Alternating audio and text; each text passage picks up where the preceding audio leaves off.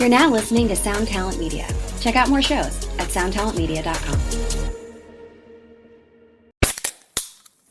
Hey, what's up, everyone? I'm Matt Migaki, the vocalist of Cryptopsy and the host of the Vox and Hops Metal Podcast, where I sit down with fellow metal musicians. We talk all about their lives and music while sharing killer craft beers. If you've ever wanted to sneak backstage and share a beer with one of your favorite musicians, well, Vox and Hops is the podcast for you. This week on the podcast, I dropped a killer episode with Kelly Schaefer of Atheist. There is this episode and over 440 other ones to help you enjoy life, metal, and craft beer. So what are you waiting for? It's time to become a Vox and Hops head. Cheers! Hey, what's going on, everybody? On this intro, I would like to ask you a question. So, I know it doesn't matter, and it seems like a trivial, silly thing, but we've been doing this podcast for a while now. It's been on about 4 years, which is kind of crazy. And I started in the beginning, my early interviews. Actually, interview number 1, I had a different intro altogether that was a lot longer, and I ended up cutting it down into the one that where right before I'm talking to the guest, welcome to the Tone Mob Podcast, show about guitar tone, the people behind it. I'm your host, blah, blah, blah, blah, here's your blah, blah, blah. I'm thinking about doing away with that, because now I'm doing these intro spots, and it just seems like extra fluff that doesn't need to be there, and maybe I can figure out a different thing, but at the same time, I understand how if this is a show you really enjoy, if getting rid of that would kind of, be a little bit, weird. I don't know. You tell me. So let me know. Shoot me an email, info@tonemob.com, or, start a topic in the Facebook group if you're in there. If you're not, go to Facebook. You can type in The Tone Mob. You'll find it. And we're all in there hanging out. Answer the questions. We'll let you in. Anyway, yeah, just get in touch with me in whatever way you are accustomed to. And let me know what you think. I'm thinking about getting rid of that part. Just to, tighten it up just a skosh. It's just seems like a little bit of fluff that doesn't need to be there. So, you guys tell me. All right, my guest today is Scott Middleton. He plays in a band called the Cancer Bats, which you may have heard me mention a time or two on the show. I know I don't give them enough love for how often I listen to them. I listen to them probably, 2-3 times a week. They're one of my very favorite bands. He's got amazing tone. He's an amazing guy, and we talk for 2 hours. So we got 2 hours, a solid, actually I think it's like 2 hours and 18 minutes or something like that. So you got a lot to look forward to, and if you want more, I usually say this at the end of the show, but in this case, we'll just roll it into the beginning. If you want more, Scott and I also recorded an extra hour for Patreon. We've got another 60-plus episodes of content over on Patreon for those folks. It starts at just $5 a month, and you get access to that, and there's a couple other levels above that you can check out if you like and are interested in helping support the show. All right, enough of that. Let's get to the episode with Mr. Scott Middleton. Here we go.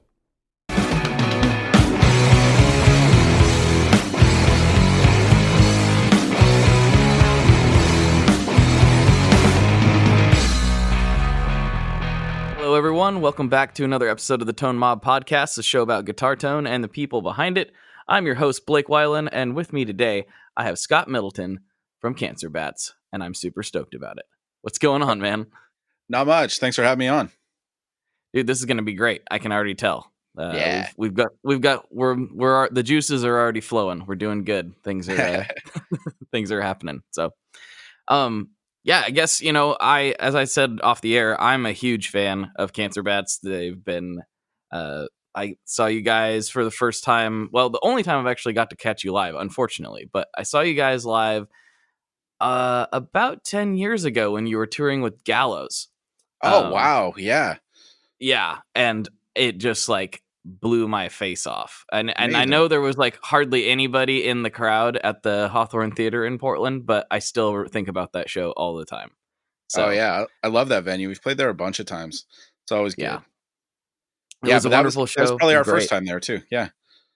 Oh yeah, that would make some sense. I had just found you guys, and so I saw that, and I was obviously a big Gallows fan, and a friend of mine took me there as sort of a pre-wedding present. So Oh, that cool. was kind of cool. Yeah, that's a good one. Yeah, good friend. I like that.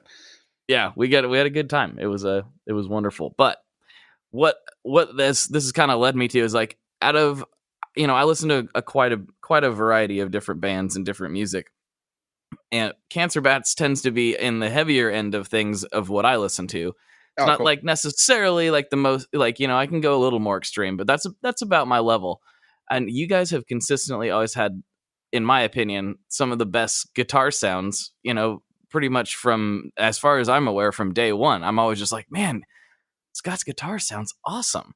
And so this is a great fit. I want to know the whole story. Like, let's start how you started with the band, and the Yeah, I production stuff mean, you're doing and everything. So yeah, for sure. So like, I guess if we rewind to about 2004, um, I had been playing in a sort of uh, black metal, death metal, metalcore kind of band called That the Mercy of Inspiration, which was just, very full on, a lot of blast beats, a lot of tremolo stuff, and which was cool and great. And I had a ton of fun with that.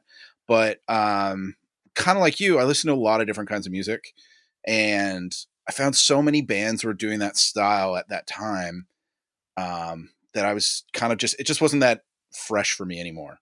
mhm. Like I found like a lot of the, like Swedish metal and stuff that I'd been listening to since I was like 12 was all of a sudden really the flavor of the moment, which I just kind of found boring. So I'd always talked about starting a band with Liam, our singer.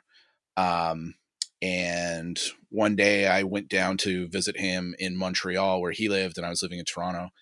And yeah, we just jammed one day.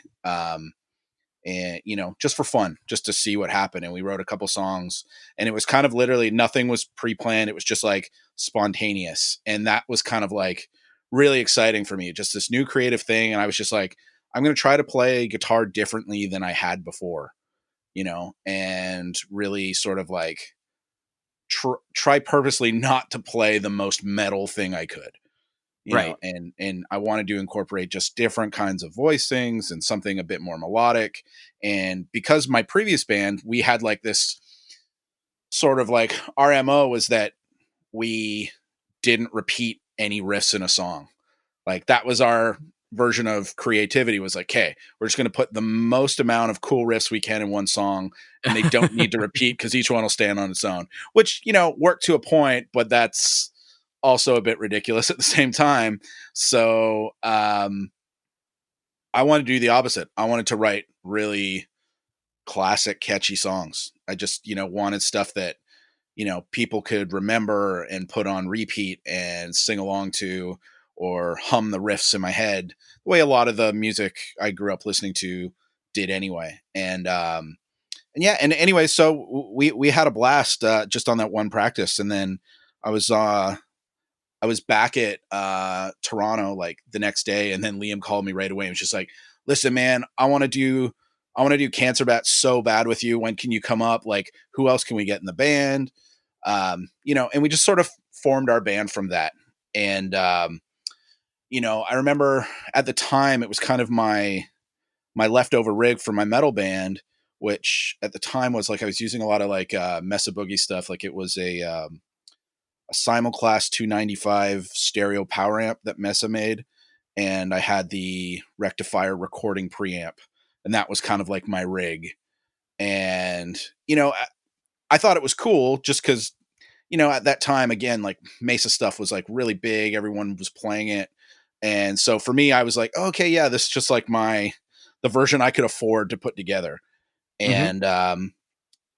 And like in my old band, no one really ever like complimented me on the tone. But then all of a sudden, when Cancer Bat started playing shows, people were kind of coming up to me and being like, "Oh man, your rig sounds amazing." And I was like, "What?"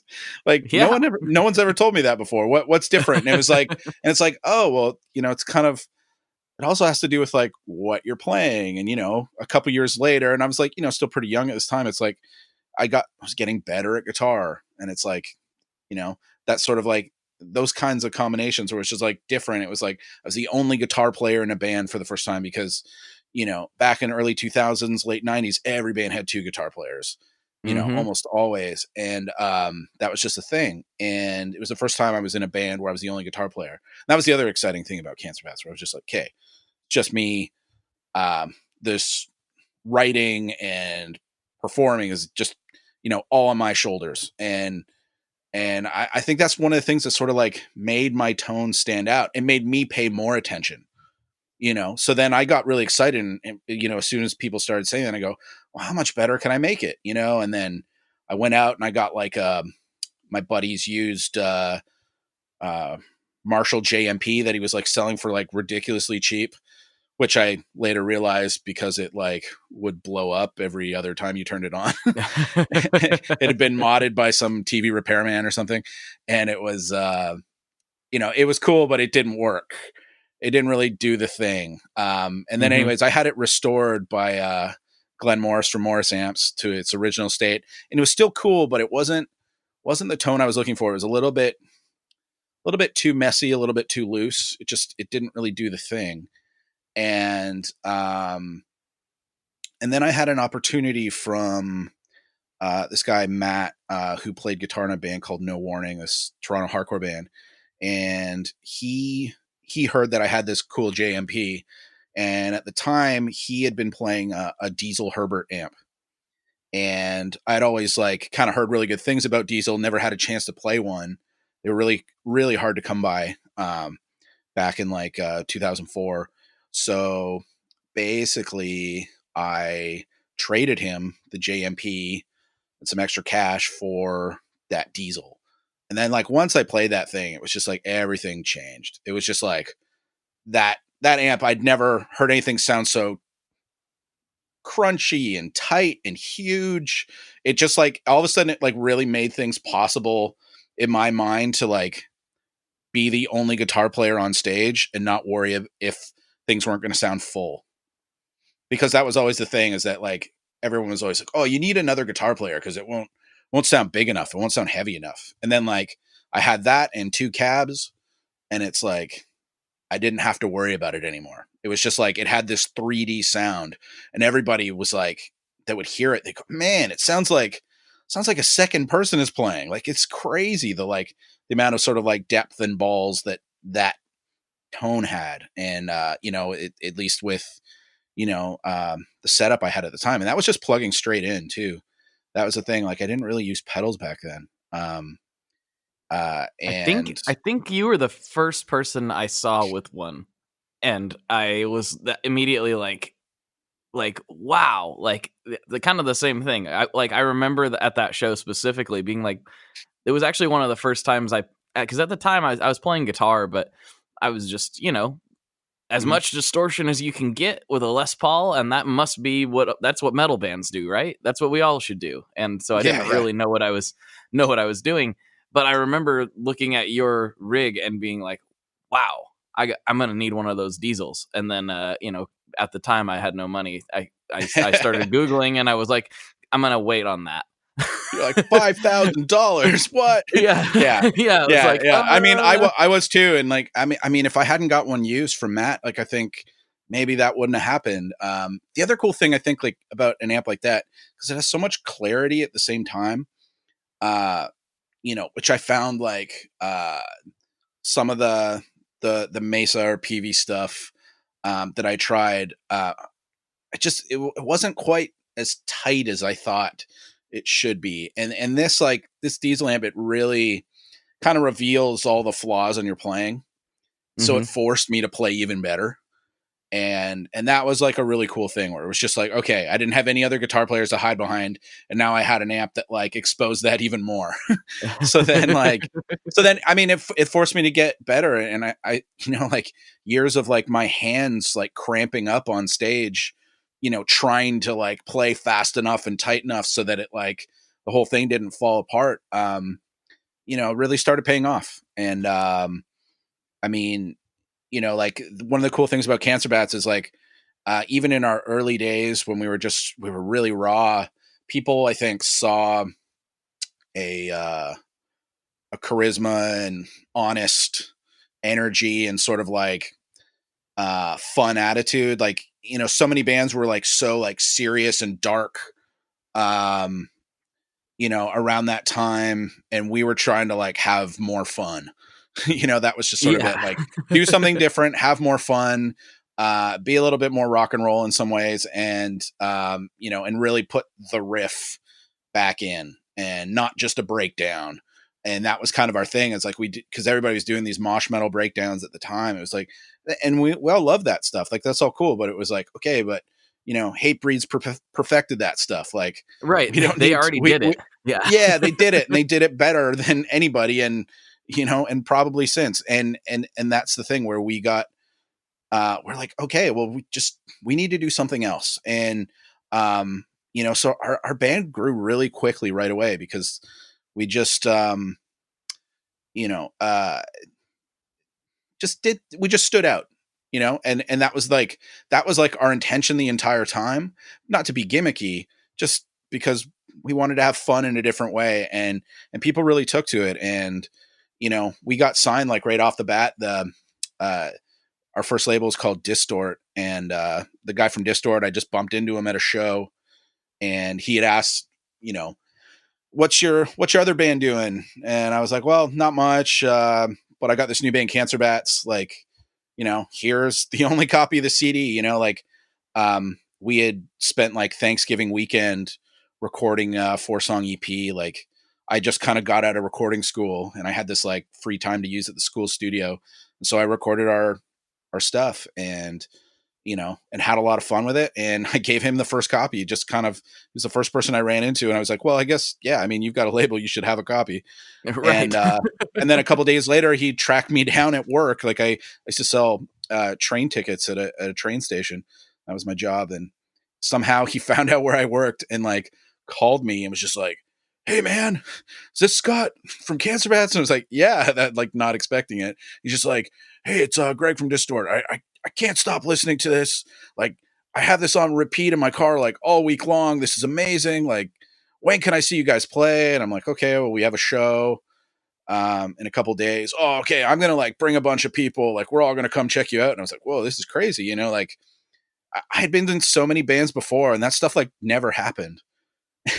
And so it felt weird, because like, when we started Cancer Bats, it wasn't really meant to be that serious, because it was kind of a side project, because I was still in my other band technically, even though things were kind of like dwindling. It was like, in my mind, things were going to get back together, because I had, spent like 5 years trying to like push this one metal band.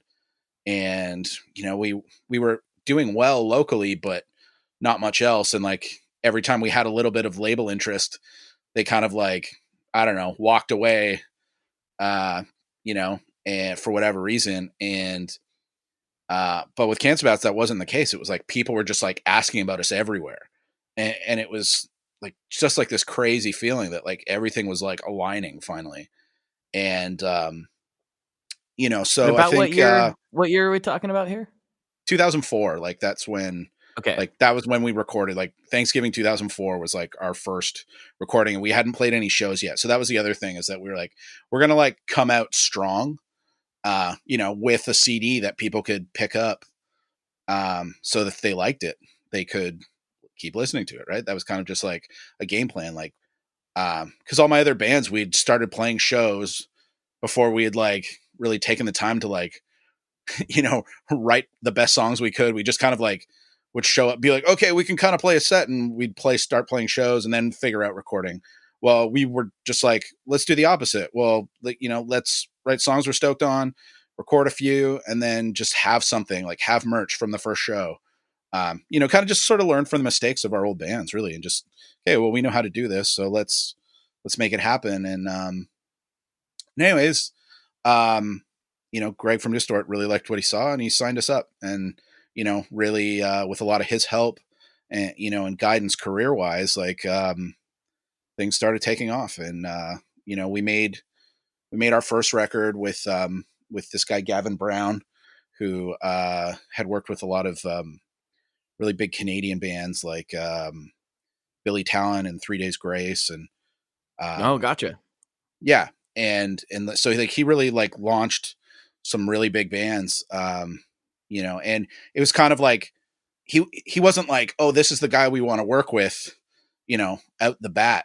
It was just sort of like, the label was like, you could work with this guy. He did great things for these bands. And we were just like, at the time we thought of ourselves just like, we're just a bunch of hardcore punks, like, whatever.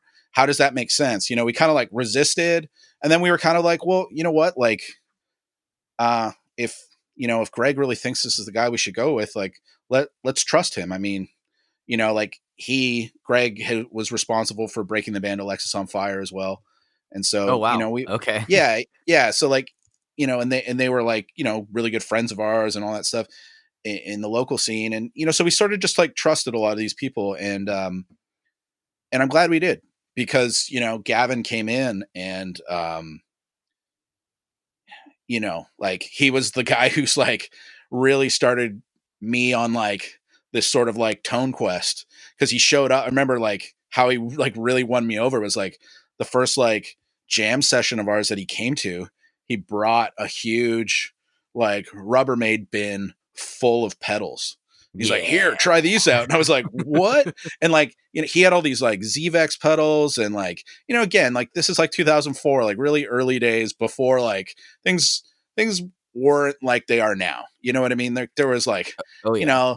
line 6 was still pretty new then and all that stuff. And so like showing up with like all these like Zvex effects and a bunch of other like crazy boxes that I'd never seen, and was hearing sounds that I didn't know you could make with stomp boxes. It was like blowing my mind wide open. I was like, oh, this is so cool. This guy rules. And not only did he show me a lot of cool effects and stuff like that, but he taught us how to write songs, and that was huge. Like him coming in and being like, okay, like this song, it's sweet. It's loud, it's fast, it's heavy. It's kind of got some melody here and there, but like, why doesn't the good part happen again? Why do you only do the like really good part once? Or why does this part happen so long? Why does this song have 3 bridges?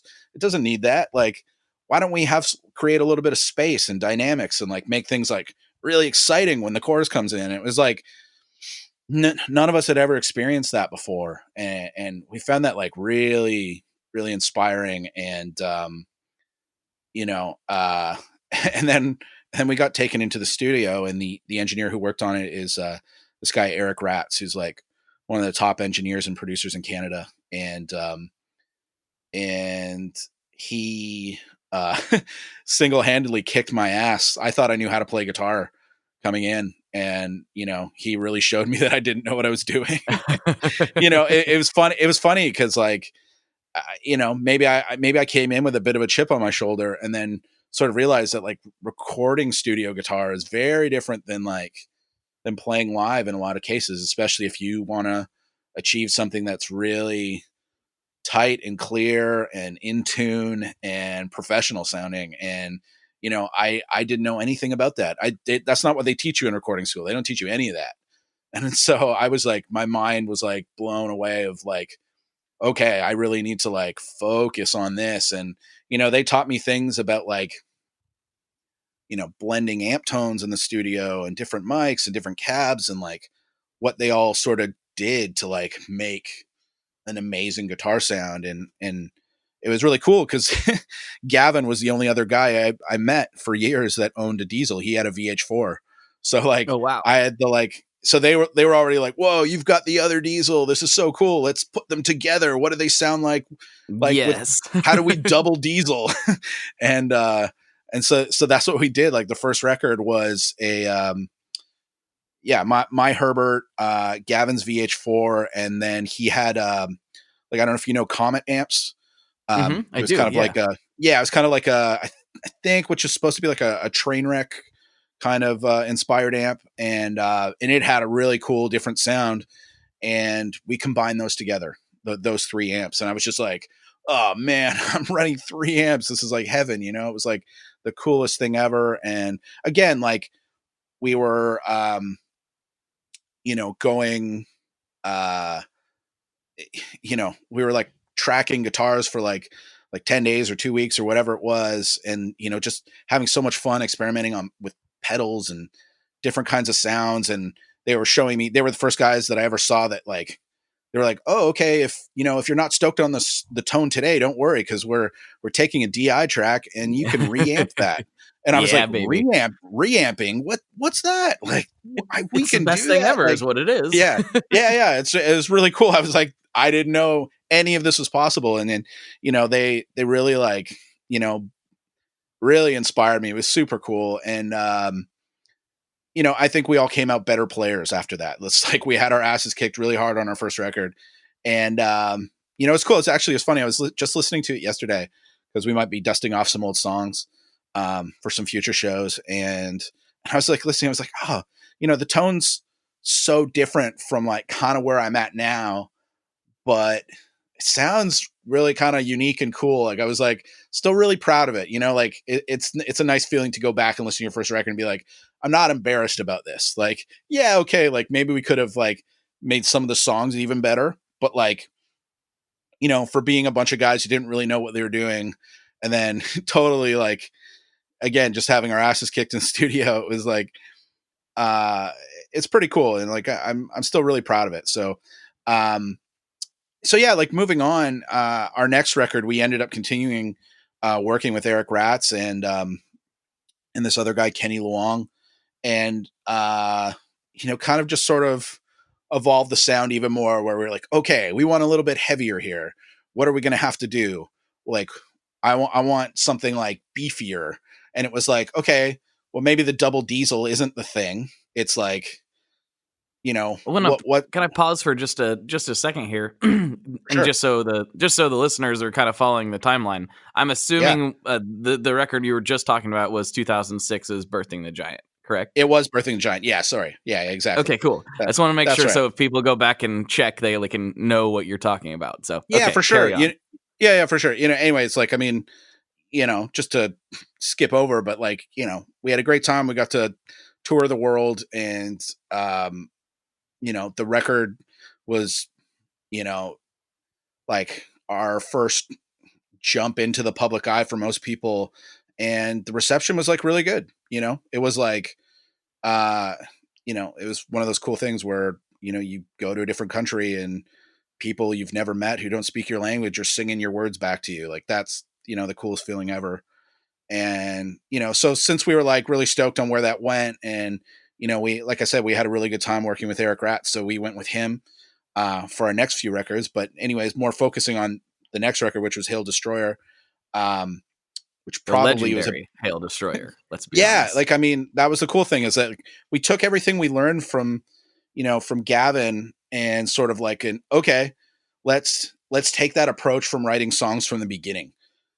Like everything he taught us, let's put that forward, and and we sort of just woodshed it, and we're like, okay, we're gonna treat the band like a serious job, and basically we did like a 9 to 5 like writing and rehearsal schedule. We got a rehearsal space, and we just like went in and wrote songs every day for 2 months, and we invited some of our friends into here and give feedback, and got Eric and Kenny in to help us with the pre-production and complete the songs, and went into the studio and just like, okay, we want this, we want everything we did before, but like heavier and a bit more like how do I say it, just like Seems to me it sounds groovier a little bit. in a lot of ways. Yeah, it was exactly. But it was also because like, again, we were just like, okay, well, we can write better songs now. Like, so we can push things further. Like we can get even more melodic. We can try different styles of things and like know what will work or what won't. And, I think like, it just was really indicative of who we were at that time. We were all about like 25 years old, and, really hungry to do more. And yeah, and like, anyways, as I was saying in the studio, like we were trying out different tones and tried to recreate what we did on Birthing the Giant, but that it became really obvious very fast that that was not the right direction for the sound. And that we had to, re-examine after tracking about half the record. We were like, had to stop and say like, okay, we're not excited with where the guitar tone is at. And so that was one of the first times we like really did a lot of reamping.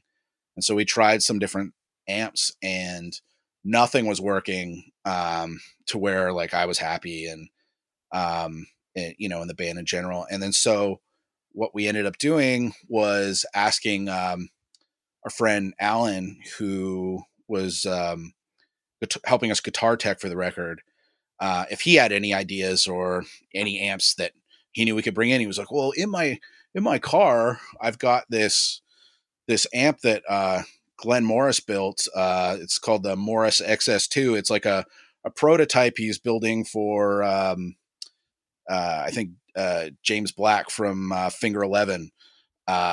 He's trying to, like, it's sort of a more high gain amp that Glenn's building. I was like, whoa, that's cool.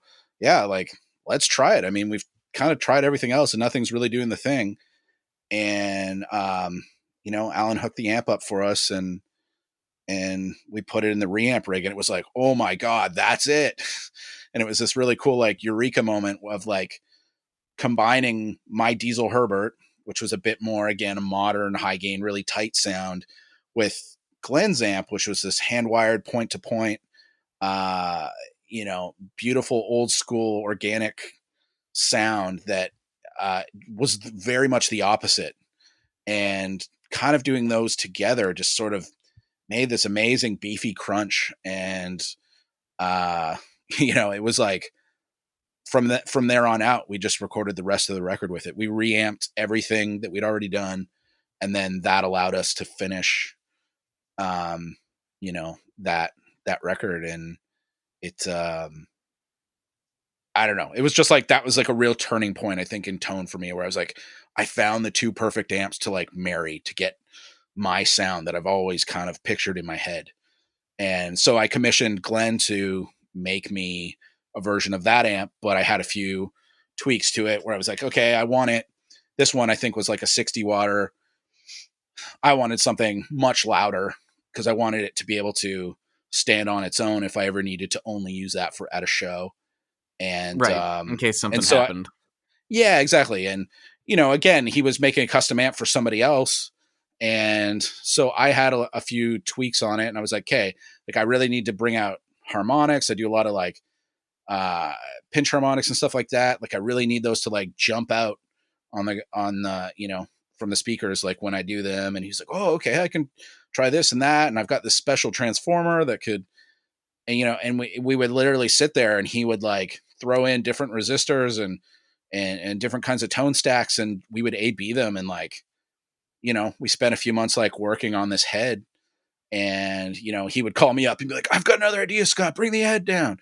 And we'd like we kept going at it until we had the final version, which is pretty much been one of my main heads ever since. And I think being able to have that kind of friend who could help me like discover really what I was after was so cool. And I'm so like fortunate to know a guy like Glenn. And his amps are amazing. And again, like, I mean, he builds amps for all different kinds of players. And but I think kind of one of the cool things about Diesel and him, the connection that they have, is that they're both very revealing amplifiers, and you'll really hear the wood of the guitar going through, and it's really obvious like your shortcomings in your playing when you play an amp like that. But like, when you really figure out your chops, like, those things sing. And it's it was like kind of this perfect marriage for me to have those two heads go everywhere with me when we were on tour. It was super cool to have that studio sound, but on stage as well. And this is all really fascinating to me, because like, you were talking about how basically the first half of the record, you weren't really happy with the guitar sounds. What's so crazy is like, half the reason we're talking right now is I put on, excuse me, Hail Destroyer is one of my favorite albums ever. Thanks, man. But like, I put that record on for the first time, and I was like, oh yeah, I wonder what this is about. And man, just the guitars were what set me off. And it was like, wow, this sounds insane good. Like, how did he do that? But this was back in the day where that kind of information was harder to find. Oh, for sure. But so to hear this process kind of come straight from your mouth, like, oh, that's how the guitars happened. Like, wow, yeah. I've had moments like that, like, I've had moments where I wasn't happy with whatever the results I was getting. And it's funny to like, one tweak, you just had to get that head and Yeah, everything changed. it's really funny that way. And of course, like, we were dabbling with a lot of pedals and stuff, but I'm pretty sure on most of that record, a lot of it was, again, sort of straight in to the heads. And again, it's one of those things. I think like live, um, you know, being on stage and dealing with like room sounds, like that, those things require like a different kind of tone. And and that was one of the things that I realized, that like in the studio we're dialing back the gain a little bit more, because of course you're layering guitars, and if you have too much gain upon too much gain, it's just going to sound like a mess. um Hmm. and that was one of those things, like Rats taught me, that like um you know eh, we didn't need in the studio. But then I'd go on stage and go, okay, well, now that I hear this, I really need to like boost the Morris amp. Like I really need to juice the front end of it to get the extra 10% that I'm looking for, on stage, to like Hmm. make the room sing as well, and so that, like, boosts and overdrives, I've been through so many of them.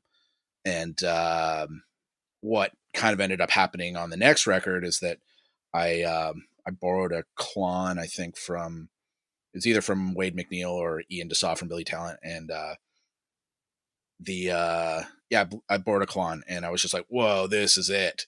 This does the thing.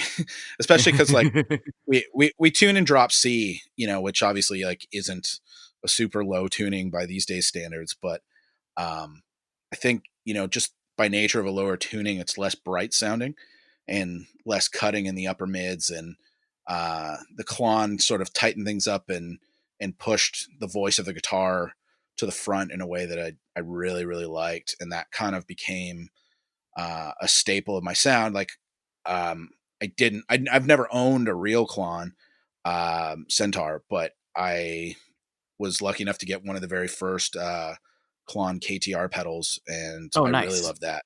Yeah. And yeah, it was cool. Like my buddy Scott Hager, who he does a site called actionyoushallreceive.com. He's a local guy, and deals in a lot of amazing guitar gear. And he was like, Scott, I know you're going to want one of these. And he was like, just let you know this is coming. So I'll set one aside for you if you want to be one of the first people to buy one. I was like, yep, absolutely. And so like, that's been kind of like a mainstay pedal uh, in the studio for me for years. And it's kind of funny. Like there was like a point where, once I got these like really great amps, and and again, like maybe a certain overdrive pedal, I stopped looking for new ones after a while. Like I kind of was like, well, I found it. This is it. Right. This is what I was But looking like for. Right. yeah, I don't really need to go from here. I think the trick became when we started touring overseas so much more, that I had to figure out ways to try to replicate my sound, um, but using gear I was less familiar with. And that's been sort of the next evolution of like the tone journey, where um, how do I take unfamiliar gear and make it feel comfortable?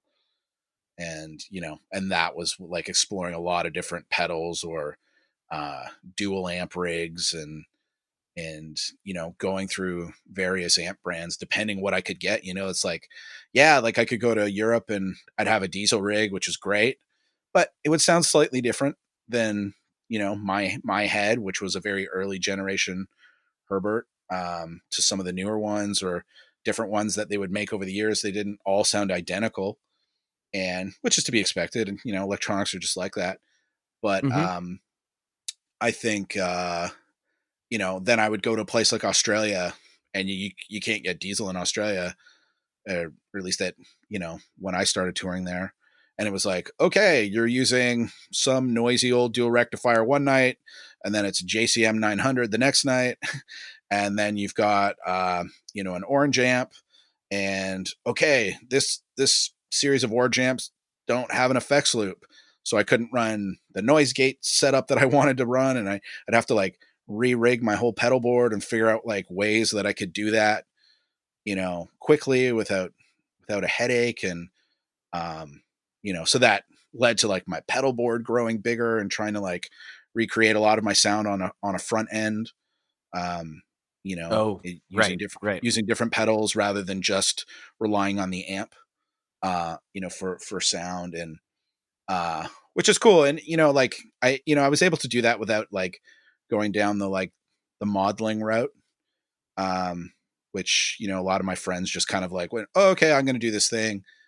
But, I don't know. I just kind of always got behind the analog and tube stuff a lot more. They just feel right to me.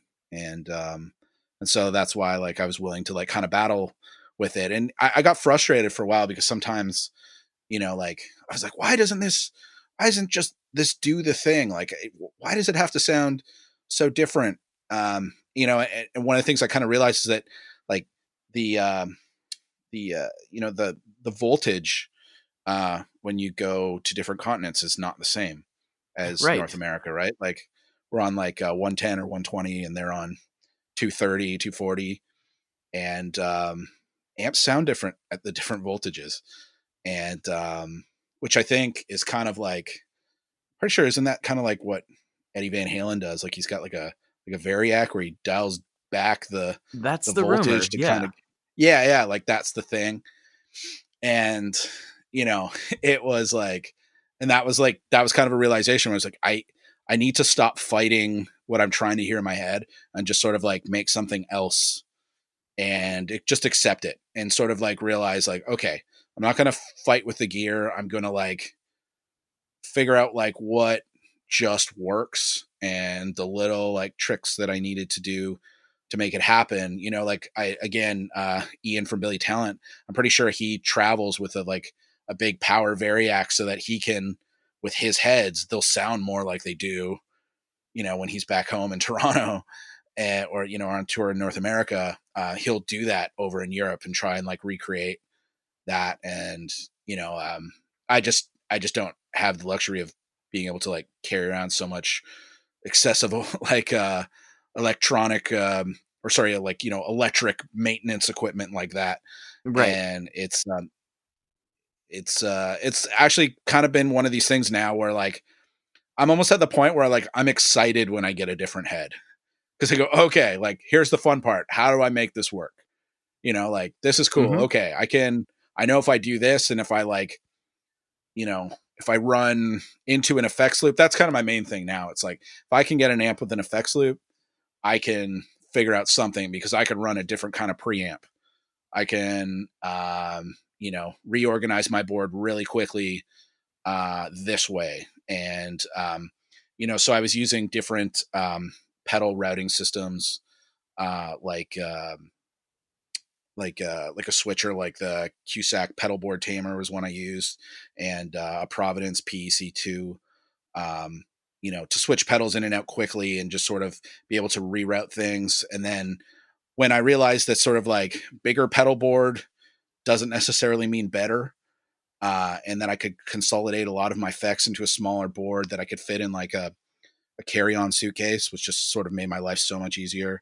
The I don't know if you know the Empress Stereo Buffer Plus pedal, Mm-hmm. which is like, yeah, it's like, it's kind of deceptively small and simple, but you can reorganize that pedal in so many different ways with, a few easy tweaks. It's such a genius piece of gear that like, I can't recommend enough. Like so many people like are like, what is that thing? What is that doing? And I was like, oh, okay, well, this is sending my front end to the front of my amp, and then my effects loop return comes through here, and then my time-based effects are going there, and then back through my noise gate, and and it does it all so seamlessly, and it only has one foot switch, and has a really great boost built in, and that thing is kind of like the centerpiece of my board now that lets me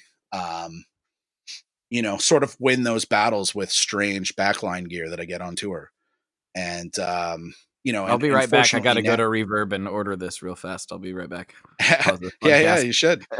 It sounds cool. It Yeah, sounds like yeah. Sounds like something I could use for other It's purposes. a really cool thing. I've seen since I think some other pedal companies have sort of caught on to like what a genius little interface that is, and people are starting to like make their own versions of it. But you know, I use that thing like all the time in the studio and on stage now. It's like the first pedal on my board, basically.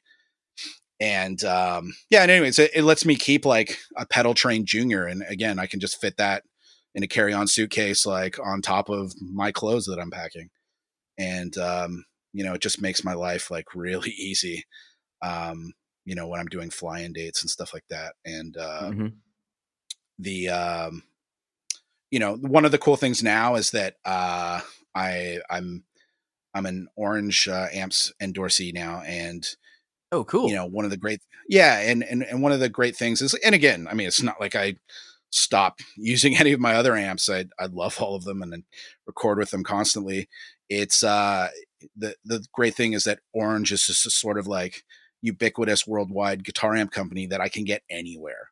Like anywhere I go in the world, I can get an Orange amp, and that has allowed me to be so much more consistently happy because I know that I can show up anywhere and ask for a rocker verb amp, and any generation of that amp will do the thing that I need it to do. And I think like all versions of that amp are great in their own way. And I love the newest version. I think it's fantastic.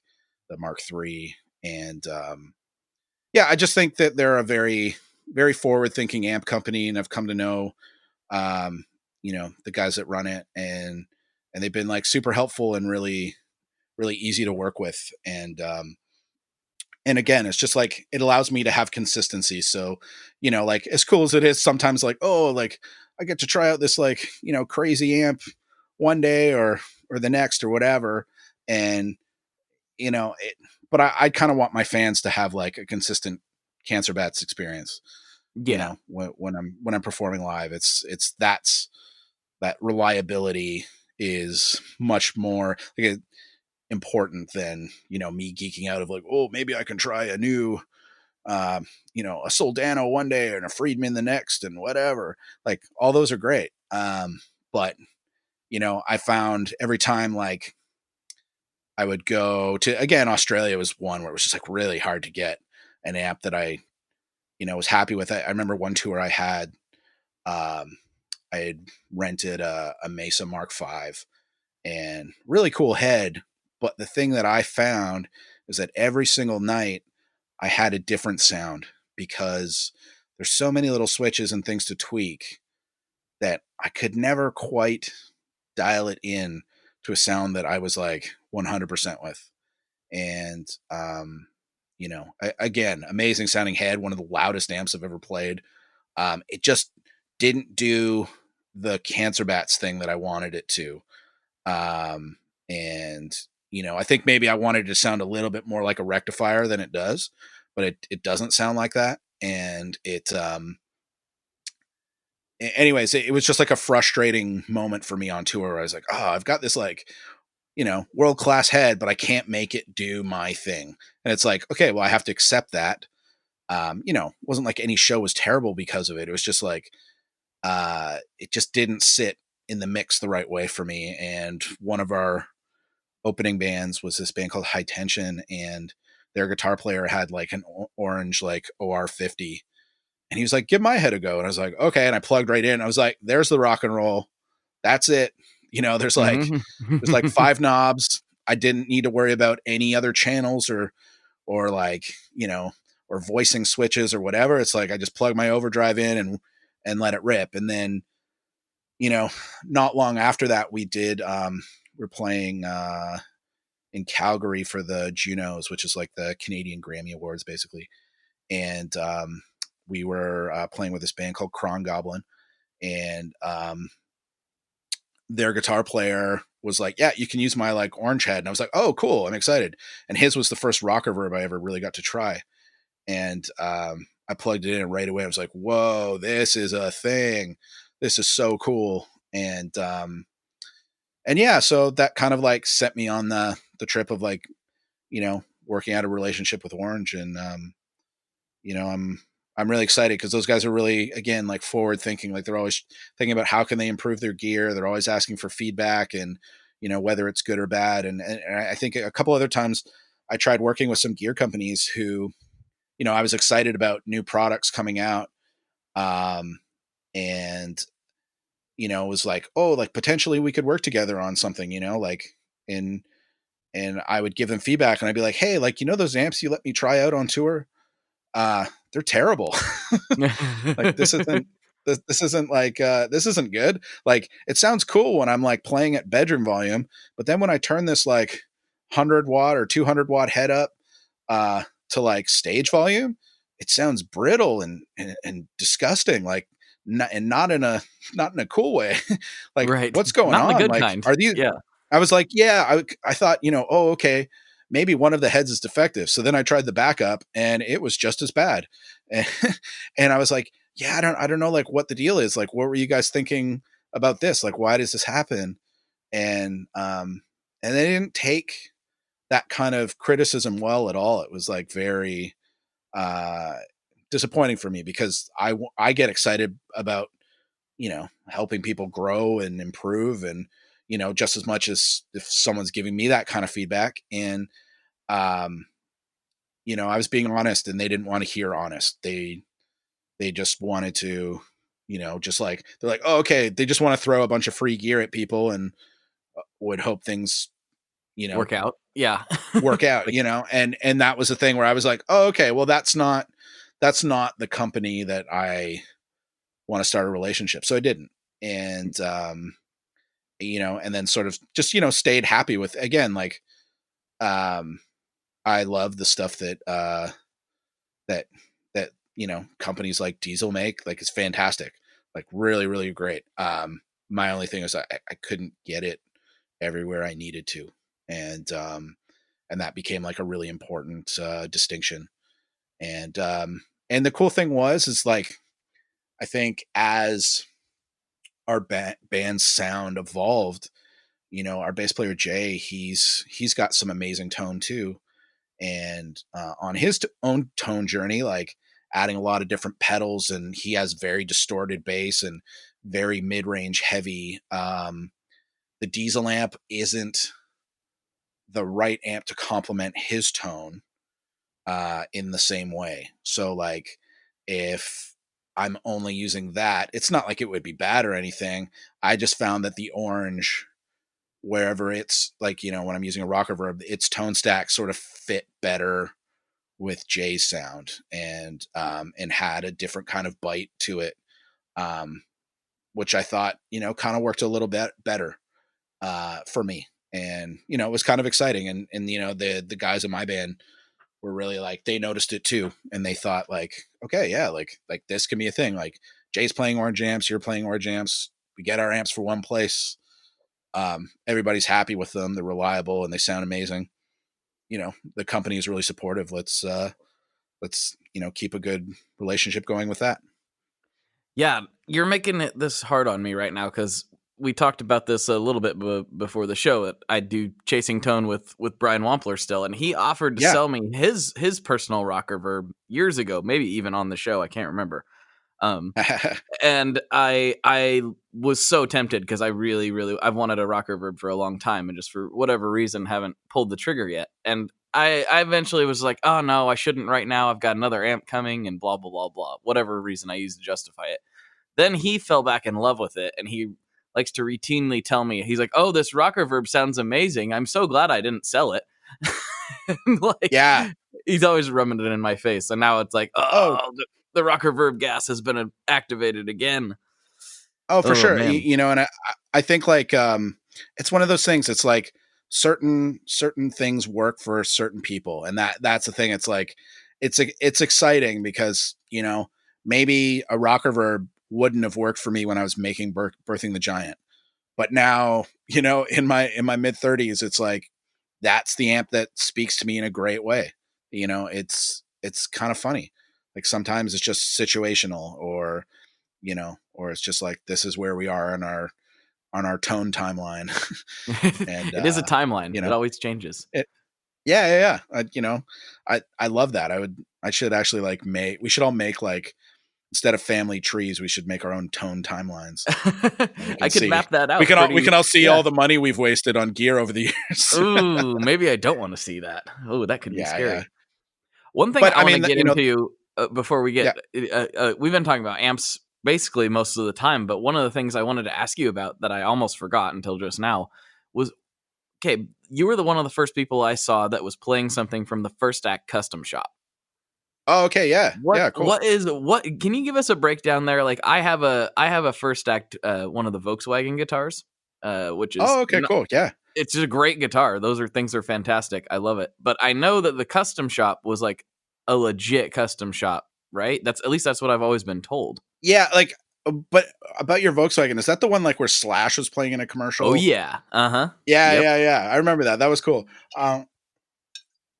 So the thing with First Act, how I found out about them, I mean, I think a lot of us knew them kind of being like a Walmart or a Toys R Us guitar, for kids and stuff like that. And on one of our early tours in 2006, we were out with Alexis on Fire we were playing in New Jersey, and this awesome guy, Jimmy Archie, showed up to the show with a bunch of First Act guitars for the Alexis guys. And I was like, whoa, what are those? Like I didn't know First Act made such nice looking guitars. And Alexis had a bunch out on the tour. And anyways, I met Jimmy, and him and I just talked gear and music. And I remember the day I met him, he had a Sick of All like Alleyway Crew jacket on. I was like, that's awesome. Like, let's hang out. And so him and I geeked out. And then he was just, kind of like, hey man, you interested in trying a guitar? And I was like, absolutely. And I was like, but I kind of want the guitar to have these pickups and, do this kind of thing. And he's like, well, why don't we build you a custom one? And one of the things basically, just from getting to know Jimmy, what I sort of learned is that he and Kelly, the designer of the guitars at that time at their custom shop, were both guys that got poached from Gibson and their custom shop team basically. And they opened up a shop, I think in Massachusetts somewhere. And they started building like really great guitars and trying to come up with a different kind of branding for First Act. So it's not just guitars for kids, they were making really great guitars for professionals everywhere. And I was lucky that, that they made me a really great one. And that was the Hell Destroyer guitar. So basically like their Sheena model, which was kind of like somewhere between a weird Telecaster Les Paul with a Firebird type headstock hybrid, and I had them make me like a really cool custom one with like EMG 81s and a kill switch, and I wanted an ebony board, and I wanted kind of a chunkier neck, and I wanted it all mahogany because I really like the sound of mahogany guitars. And it it was this really cool thing. I remember the day I got it, I opened it up and it was just like, this is beautiful. Like, I'm going to practice. I'm so stoked I got this in the mail today. And I opened it up, showed the guys at practice. They're like, oh, that looks cool. What's it sound like? And I plugged it in, and the first thing I played on it was the intro riff to Hill Destroyer. Just that leapt out of that guitar. That song was sitting there waiting, and that started the writing process for that album. It was pretty amazing. Like how things sort of came about because of that guitar. It was like really sweet. Moving on, I think, I don't know what kind of happened. I think there was some internal stuff at that company. Unfortunately, they sort of lost sight about what was really great about what the custom shop was doing. And I think, unfortunately, like a lot of the good people left or lost their jobs, and things started deteriorating a little bit. So, I remember some of my other friends getting guitars like later on, and then they were kind of jealous. They're like, Scott, why is your guitar so nice? And like mine's, I don't know, a little different. I'm not that stoked on it. And I was kind of like, well, I don't know, maybe you didn't tell them to build a really good one, or maybe you don't know what you really like. It's kind of the thing where I sort of like was like, I don't know, like I just kind of know what guitars I like because I'd had so many different ones. I was always like buying and selling different guitars, learning what I liked and what worked best. So I kind of had an idea.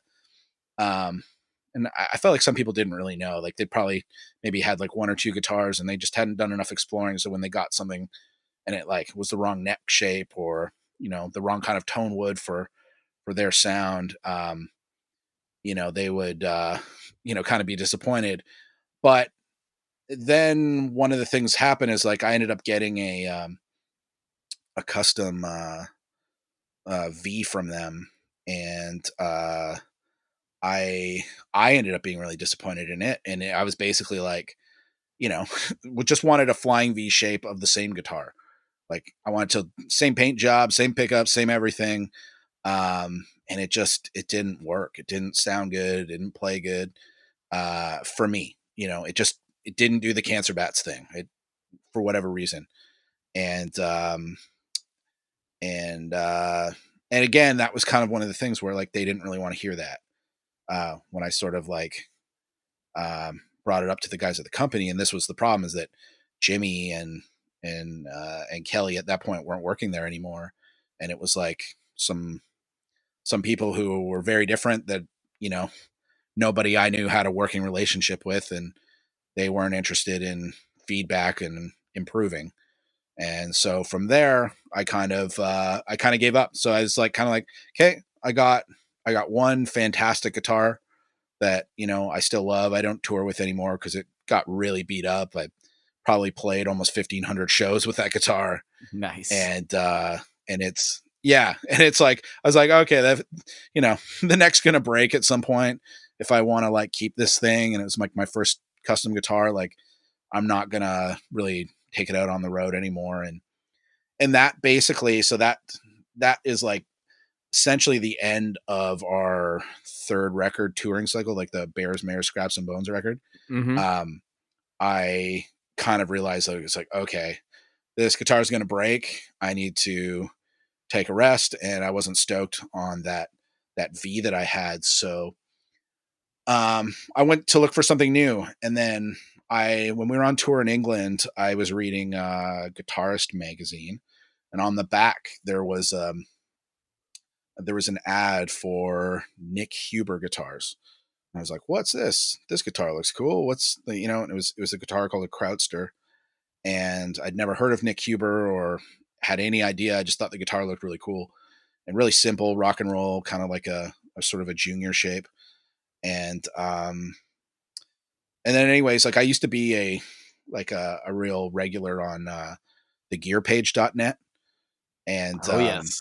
I don't know if you used to go on that or not. Yeah. Oh, and, I think everyone used to go on it. Oh, for sure. And yeah, and I mean, like I would geek out on there all the time, and they had an amazing sort of like their gear emporium. And one day I just did a search for Nick Huber guitars, and lo and behold, a guy was selling one in my area. And I was like, okay. So I set up a meet, I tried it out, and I remember just kind of falling in love with it right away. This guy had a Krautster that he had custom made, and it's essentially the same. I think maybe just the neck shape was slightly different or something. I don't really know, but the guitar was fantastic. Like right away, I was just like, wow, this thing is quality. And it was kind of like a level of quality that I hadn't really experienced in a guitar in a long time. It just felt so well made, and the ergonomics of it are beautiful. And like unless you've seen or held one of Nick's guitars, it's really hard to just sort of notice that off the bat. But he has this amazing sort of like neck heel joint carve that like really lets you get high up on the frets very comfortably. The way like if you're playing like a big Les Paul custom, you can't do that without like wrenching your wrist in a funny way. And it was just like I don't have really long fingers, so this really spoke to me. And it was just like a beautiful, simple guitar, single pickup, wraparound tailpiece bridge. It was just so different from any guitar that I had played before. And I was like, I need to take a chance on this thing.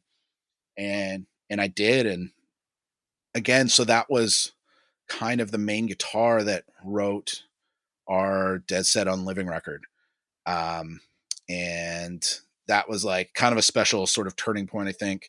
Again, that was sort of like the next step, really significantly for me, on my Tone timeline. and, it was exciting playing a guitar for the first time that had passive pickups. Like I was an EMG 81 guy forever. I so And I badly still wanted to love those get into pickups. this, to get into pickups with you, because Yeah. So that was the thing. Like I was an EMG guy forever, and because I grew up on Metallica and Slayer, and that was really my thing. But I was excited again to just try something else. That's just always been me, where I was like, I kind of like when we started the band, I wanted to play a different kind of music. I wanted different kinds of gear than, what I used to use. And this was kind of the next step of like, where else do I go? Okay, well, let's try a totally different kind of guitar, totally different kind of pickup, different bridge, everything, and that really was like encapsulated in that. And, the pickups that Nick's guitars come with are made by, Heusel pickups in Germany. And, again, the one that it comes with is kind of like a sort of like a hot PAF sort of style humbucker, which was really cool. But I knew I wanted to tweak it. I was so used to the sustain and the compression of an EMG. But the guitar itself is really like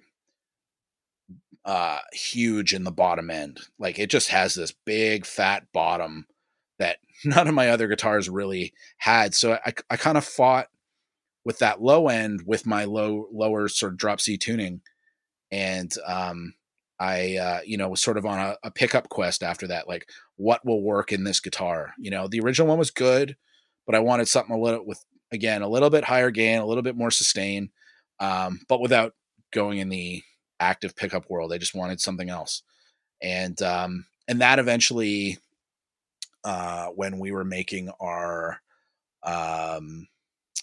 record, Searching for Zero, I think it was sort of around my birthday or something, but I don't know if you're friends with Ryan Bruce, like Fluff. I'm not. I wish I was, but we have not got to Okay, connect well, yeah, yet. yeah. So he does like riff beards and gear. Mhm. Great dude, good friend of mine. He sent me his signature pickup at the time, which is made by a company in Seattle called Fastback Guitars, and he had a signature pickup called the Beard Comber.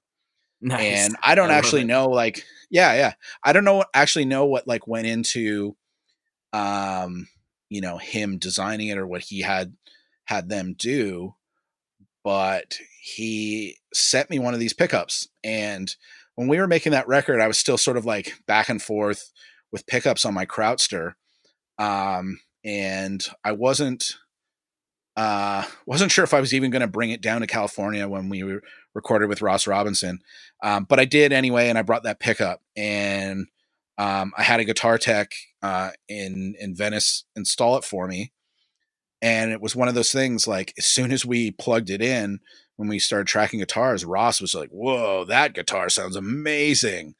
Like, and he just kept kind of going back, and I was like, whoa, yeah. Like, I mean, I thought it sounded good too, but when you bring like a bunch of guitars down, you're like, oh, let's try this one. Let's try that one. He just kept going back like, man, where's that white guitar with that like awesome sounding pickup? And I was like, wow, yeah. Like Ross is right. This thing does a thing. Like this is kind of the missing puzzle piece. And so I ended up putting the Fastback Beard Comber. It's called the Unshaven edition, which is basically just like a distressed nickel cover. And I put that in all my Nick Huber guitars. I have four 4 Nick Hubers now, and they all have that pickup in it. And Nice. it just like, it was just the thing. Like it was like, it had the right gnarl, the right bite. It didn't have like super boomy low end, and it just crunches in like a really great way. And it really worked live. It kind of had enough of the string definition that I was looking for, just kind of everything. And I haven't really looked back. It's now I'm kind of at that point where I'm like really happy with, my pickups. It's like if I need something else, I can grab like my Les Paul custom light that I have that still has EMGs in it.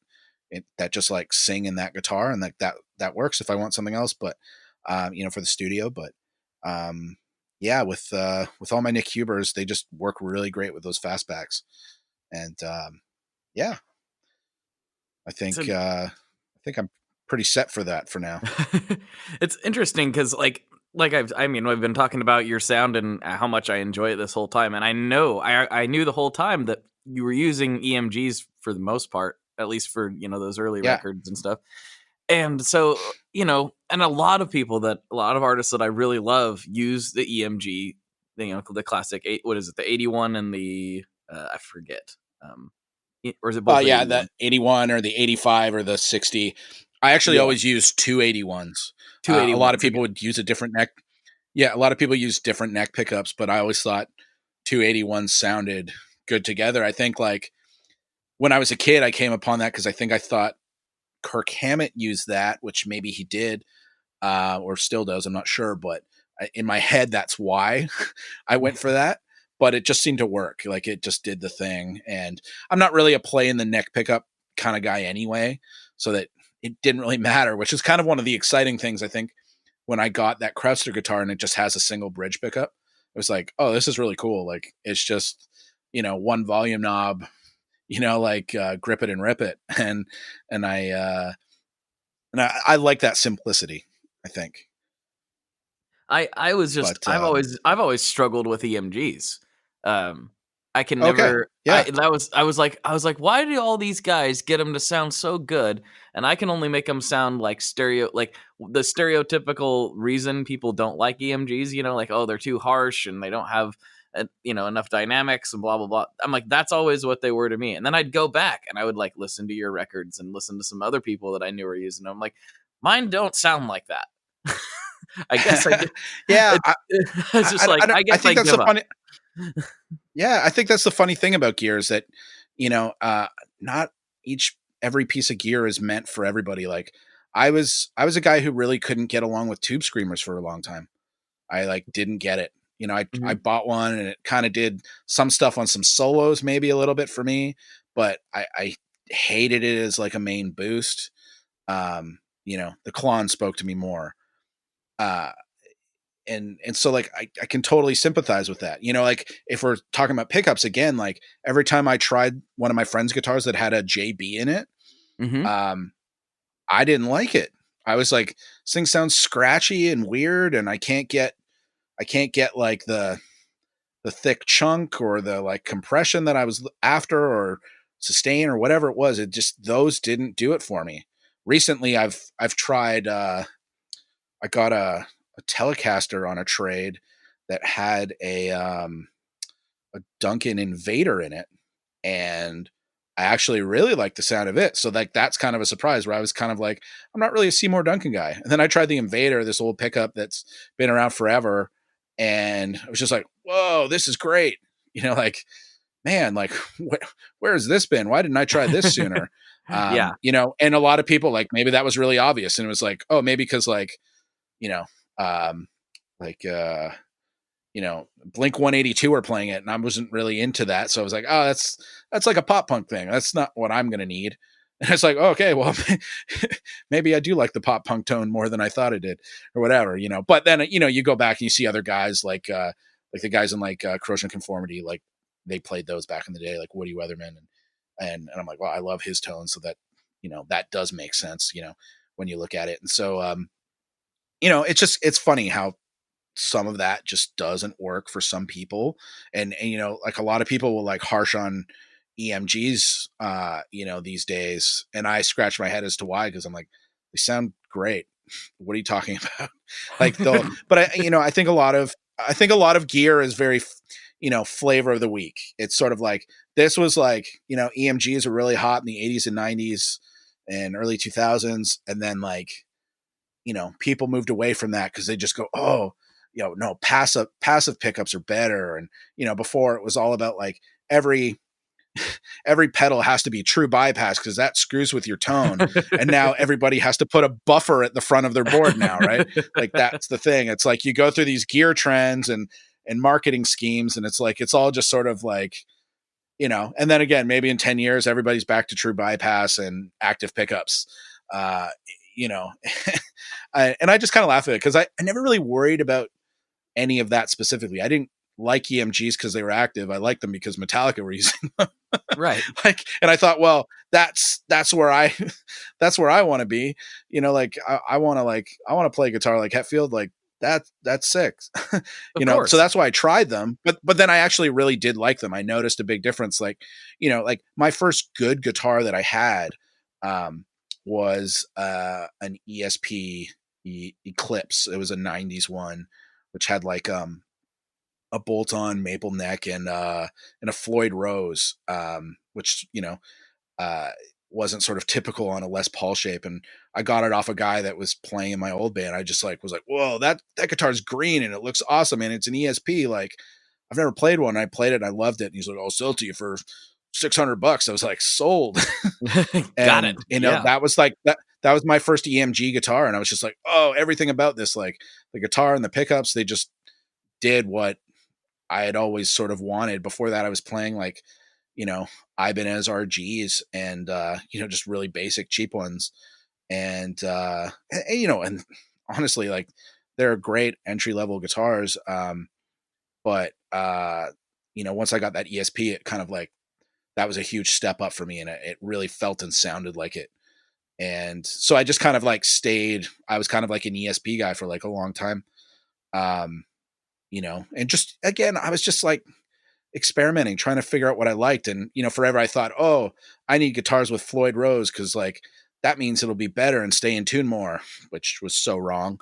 And it just meant like, oh, string changes are a huge pain in the ass. And, and I can't, oh, I lost this little, like, this screw, or this thing's stripped. Oh, I can't change my string. And if I break a string now, all my other strings are going to go out of tune. And, and then eventually I moved to tunematic bridges and started playing ESP Vipers, and guitars that didn't have, any kind of vibrato system. And I preferred that, and I went from there.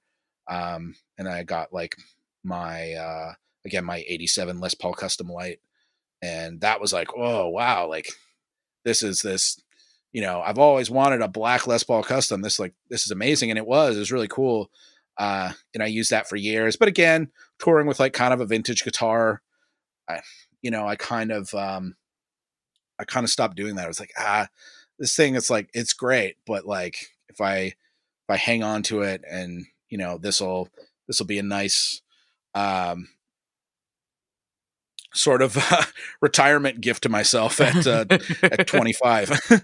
No, but like, I think when I had that opportunity to make that first custom guitar, it was like, my mind is blown. This is like a dream, like that was it. Like, of course I wasn't going to say no, like first act or not, like anybody was going to offer me to do something like that, I would jump at it, because that's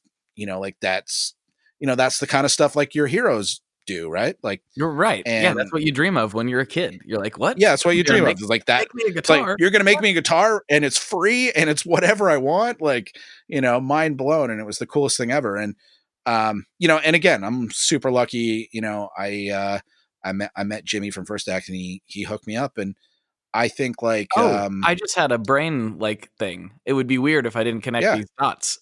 Jimmy, I've actually met Jimmy before. I totally forgot about this Mhm. conversation. He runs, I believe it's 30th Street guitars in New York now. I think that's the shop. Yes, I'm he does. 99. Yes. Yes. That So we yes, talked it is. about Yep. some of that stuff. So yeah, I was like, why does some of this sound so familiar? It's like, you met Jimmy like a year and a half, 2 years ago. So there, Yeah, that's I it. had And he's like the best dude.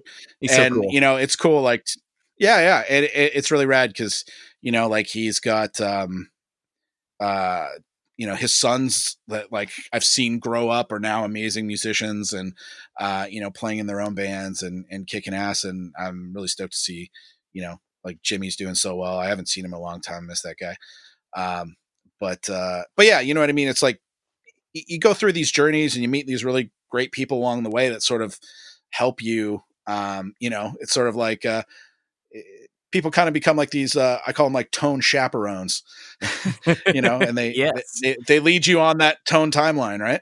Hmm. And I think like I think that stuff's exciting. And um I like that it never stops, and like I'm always trying new things and whatever. And and again, just sort of continuing on that, like meeting Nick Huber and trying his guitars, that was sort of the next big step for me. And I met Nick at the Montreal Guitar Show years ago, and him and I had like a great time hanging out. And he he offered to make me a custom Orca guitar that he makes, which is like a single cut shape.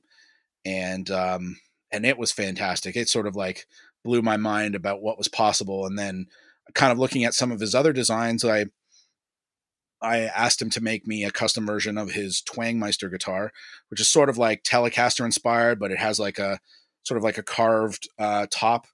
And I had him make this really like wild, swirly bowling ball, uh, green and silver and black paint job, and it's really, really gnarly looking, which I love. But the cool thing about Nick's guitars is he always uses such amazing woods. Um, you know, when he's building and everything. And on one of his guitars that I tried in Montreal, it had a rosewood neck entirely, not just a fingerboard. Like And the it Harrison had this Telly like type of thing. yeah, exactly. Yeah, just like that.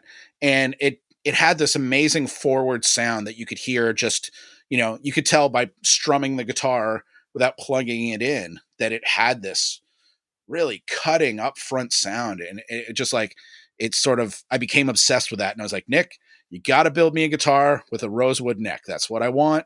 And he's like, oh, I don't know if it'll do a good sound. I'm not sure. Like he's like, I don't know for you, maybe not, I don't know. And then I was like, nope, I want this, I want that, make me this. And he did. And now it's my favorite guitar. Nice. I was really happy that I sort of like stuck to my guns on that one, and really like uh created something that is, again, for the Cancer Bat sound. To me, it's like one of the ultimate guitars because of the, like, again, the upfront sound lets me sort of cut through the mix. Um it allows me to play our entire catalog on one guitar. So in the way I can describe this is that, like, we've got some really slow songs and we have some like insanely fast songs. The slower songs can benefit from a really full, thick sounding bass, heavier sound. Hmm. um but you can't use that same tone to play something really fast. So when we start playing our thrashy, more sort of like D beat style punk songs, it's like the buildup of low end just sounds messy and it doesn't sound tight and punchy, and it's just all wrong. And with this Twangmeister, it's just like the perfect middle ground. It sounds thick and full when I play slow, but it's tight enough that it just, like, for all the fast songs, it rips, and it's just like such a joy to play on stage every night. And I'm just really lucky to have met Nick and been able to have him make me a few custom guitars. And I just I love them. Like, it's just like it's kind of all I use. And again, it's sort of one of those weird things where I'm so much less excited about guitar shopping than I used to be. I don't really go guitar shopping unless, if it's like, again, like I said, not long ago, I got a Telecaster because I wanted something with a bit more specifically of the Fender sound. Nick's Twangmeister, the way I've built it, it doesn't sound anything like a Telecaster, but I wanted that Telecaster sound for my studio. Right. It's not going to be a Cancer Bats guitar. It's a studio guitar that serves a purpose to when I need this. And especially, if I'm producing other bands and I can tell that that's going to work for them, that's the guitar I'm going to reach for, to do that thing. But the Twangmeister I have is very specific and it's not trying to be a Fender, even though, it's kind of from that sort of lineage. It's so different. And that's what's cool. That's one of the things I love about that guitar. It's just so unique. I'm the only one who has one right now. And it's kind of inspiring for me because I can see like, okay, well, what if I try this kind of thing on a slightly different body shape? How would that, what would that change or not change? Where does it go from there? If I was to try this same kind of like wood combination on a Les Paul shape versus a Tele, or, try to do something like a double cutaway or something, like where will that go? I mean, that's sort of like, that's what I'm more interested in rather than being like, oh, okay, well, if I just buy a different brand, it's like, no, it's like, I know the sound I want. Now, how can I tweak it and what's possible? That's what's exciting for me. So let's we've went over time, which is entirely fine with me. But I do want to talk. I do want to talk about your production stuff and your studio stuff. We've talked about your band and how you've approached your gear and guitar this whole time, but we've kind of not got to talk about your recording studio and all of that stuff. Can we talk about that? When did that start, and what are you working on now that you're super pumped about? Yeah, for sure. So, like I said, just before Cancer Bats started, I went to recording school years ago, which is really cool because I think like I always, I grew up thinking like music and art and all that kind of stuff, like that wasn't serious career um, potential for me. And at least that's kind of like what I believed and what a lot of people and, guidance counselors and teachers and, my parents to an extent, they're just like, oh, you got to go to college and university and you got to get a good job and, you're going to go work somewhere. And so I wasted a lot of time doing things that didn't interest me so much, going to university. And then eventually, like, I realized that wasn't working. And so, I had my, my train station ticket job, which was great, for the time being. But I was also in, 3 different bands. All I cared about was music. It's all I wanted to do. All my free time was going to shows or going to band practice. And that's where all my money went. And I thought like, okay, I need to just focus on music, and ended up going to recording school, which was cool. And that, really, really showed me what was possible. And it was like, I should have been doing this the whole time. I'm so happy. Like, it was the first time I was excited to go to school in my life, really excited. And, it was a great experience. And however, I will say that like, it was a great experience for, 2003 when I went. I wouldn't recommend most people go to recording school now because I think you can learn so much more from the internet and just like buying gear and experimenting and recording your friends' bands. And, there's so much information available online, and so much more gear is cheap and accessible compared to like when I was like, just out of high school. You couldn't buy a Pro Tools rig. Most people, No. like that was in its infancy and it was super expensive. Um, and you had to have a really great computer to even be able to do those things. So then there was, people were still but between using like digital recorders like ADATs and Tascams and DAT tapes and stuff like that. And so I was kind of in that sort of like coming up in that gray area between where like analog was being phased out and new technology was coming in. And and and stuff like Logic and Pro Tools were like really in its infancy in a lot of ways. And so I was kind of like learning, and as I started like recording professionally or being recorded professionally, by guys like Rats and Gavin and Kenny, I think like I had a million more questions because there was all these gaps in my education that I was like, oh, I don't really know what a compressor is doing. I don't really know, like I know what an EQ does because I use one on my amp all the time, but like, how can I use it to make a better mix? I didn't know that yet, and I needed a lot of practice, and I got that practice by recording my own band and making our demos. And I started really focusing on like what I could do to make our own demos sound better. And so, through years of doing that and documenting our own writing processes, I had a little, setup in our jam space. And that's when I started recording my friends' bands as well. Just kind of like, hearing them talk about, oh, we want to record with this guy, but he's charging too much money. And I was like, I'll do it for half. Like, Right. whatever. Like, and then, come down to the jam space. Like, let's record some stuff.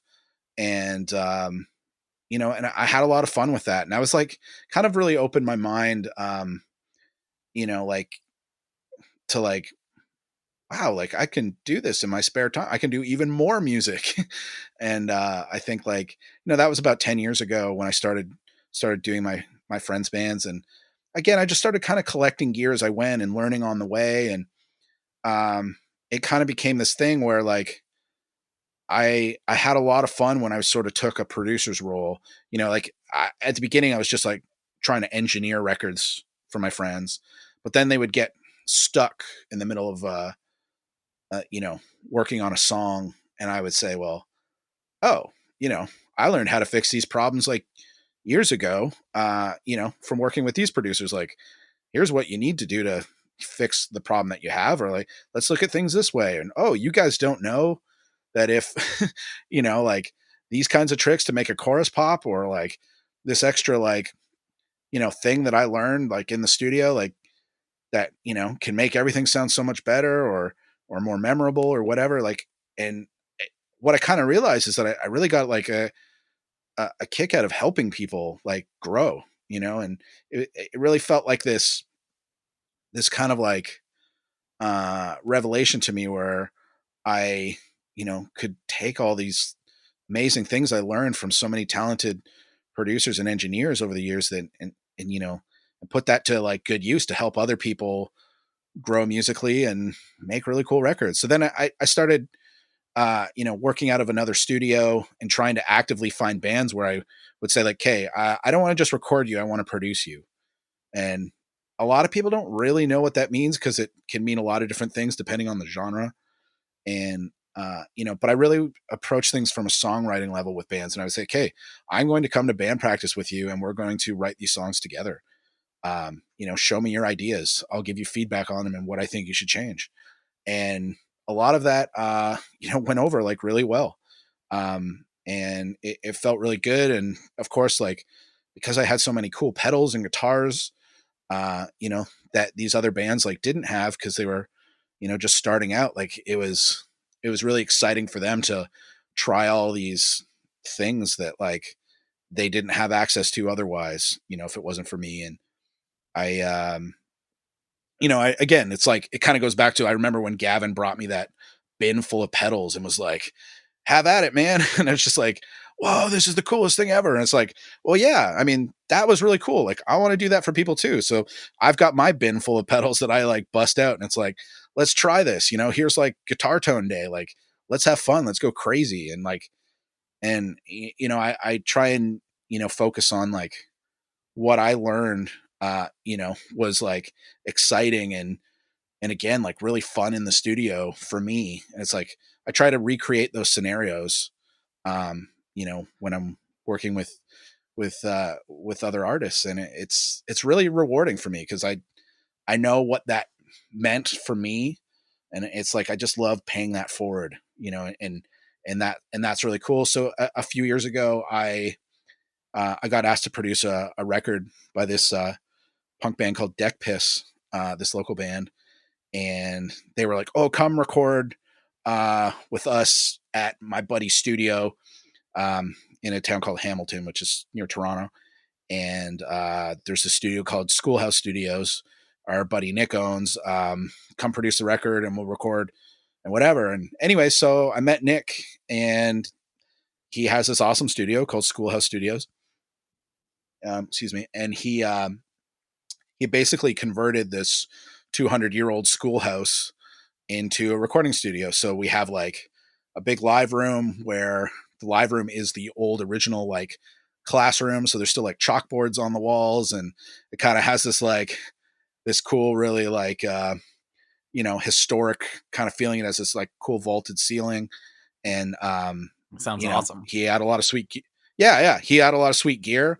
I brought all my cool gear, and we had a lot of fun making a record together. And I was just like, man, Nick, you're a great dude, and you're really talented at engineering. Like, let's team up and like do this together. And so we made a few more records, and eventually, like, there's sort of like a lounge room that wasn't really being used. It's more like storage space.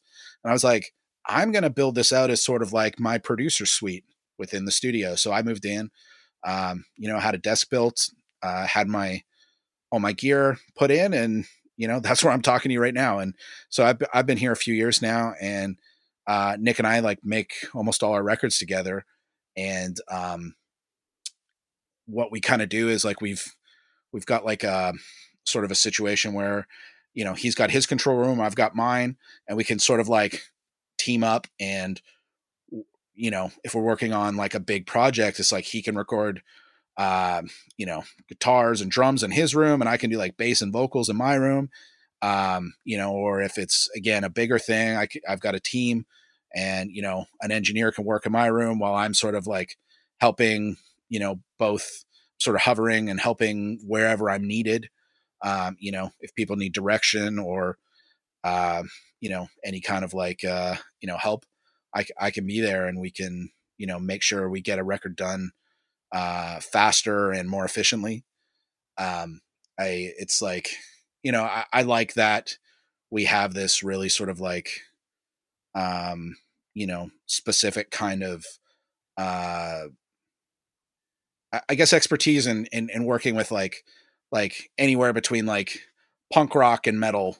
That's kind of like what we sort of specialize in, is like those kinds of bands, like also like stoner rock and doom and stuff like that. We love to, we're not experts in, we're not going to make a hip hop record, because that's not what we're good at.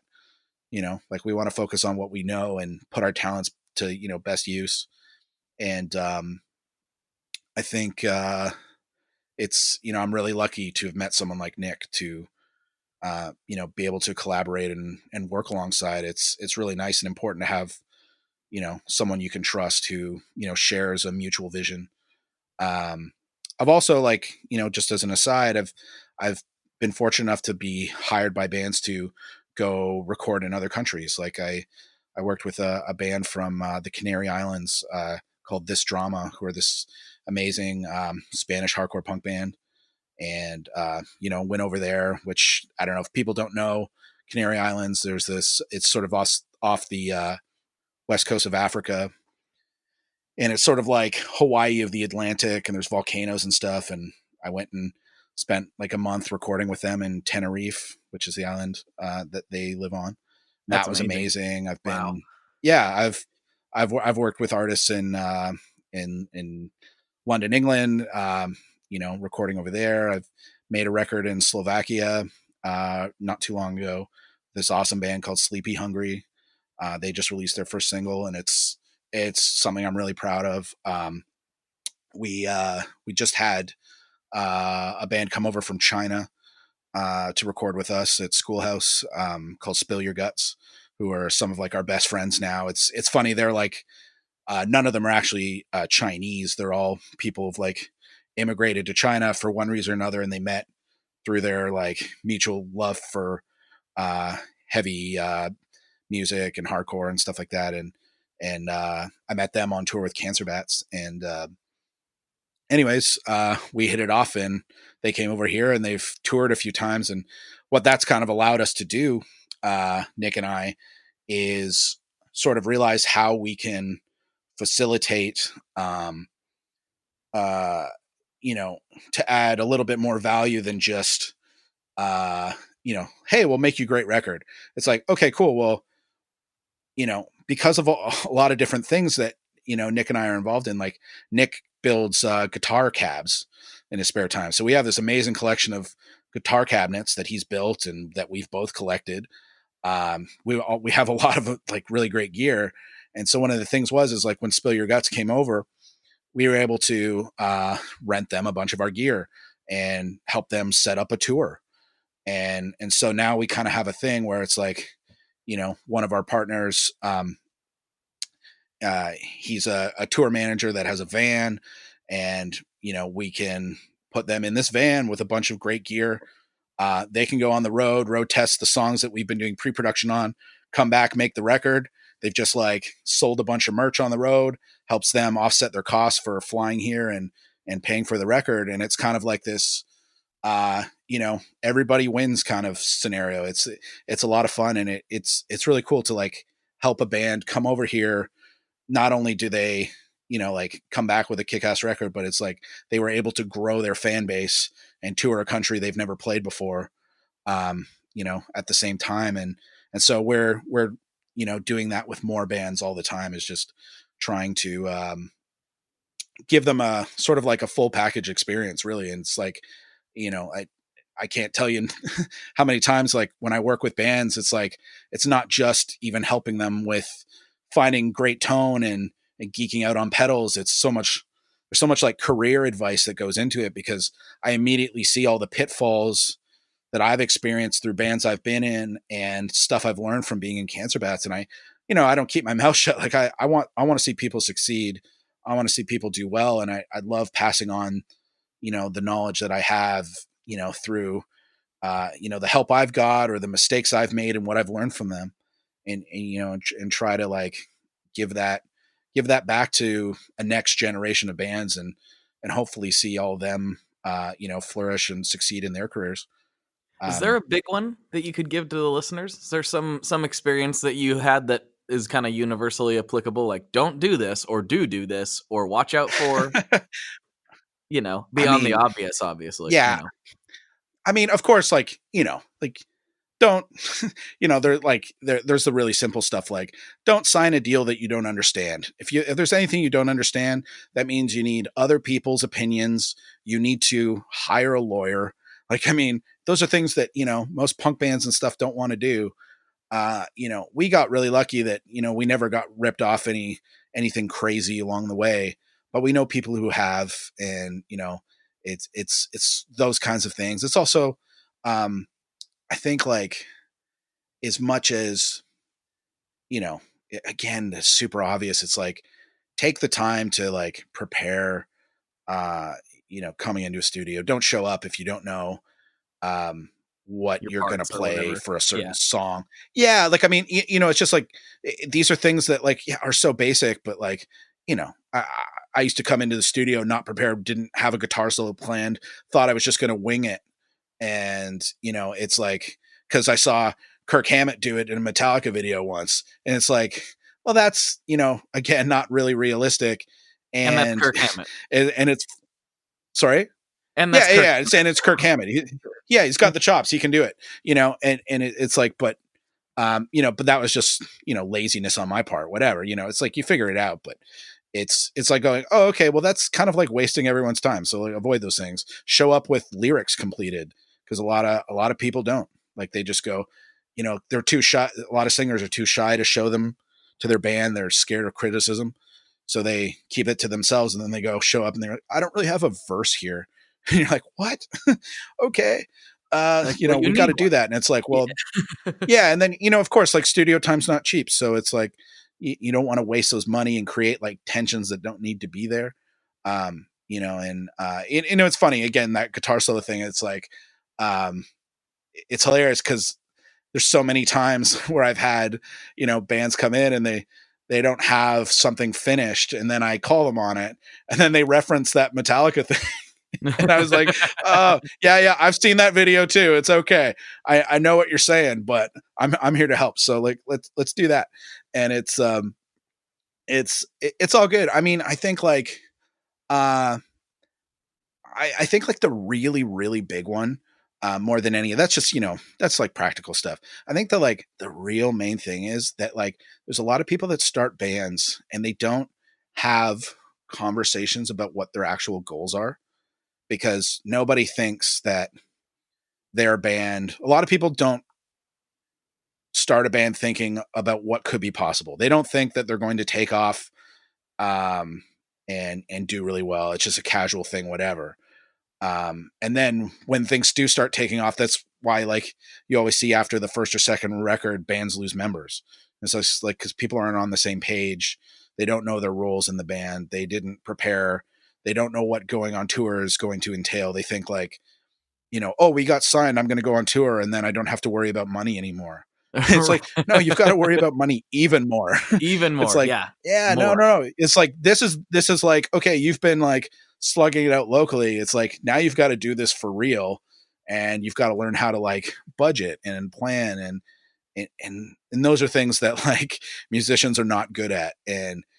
But they're so important to the success. So it's like, if, like I am so fortunate to be in a band with someone like my singer Liam, who's very much like business minded and really careful about doing things the right way, so that like we didn't end up in some of those trappings. And it's I've learned a lot from that. And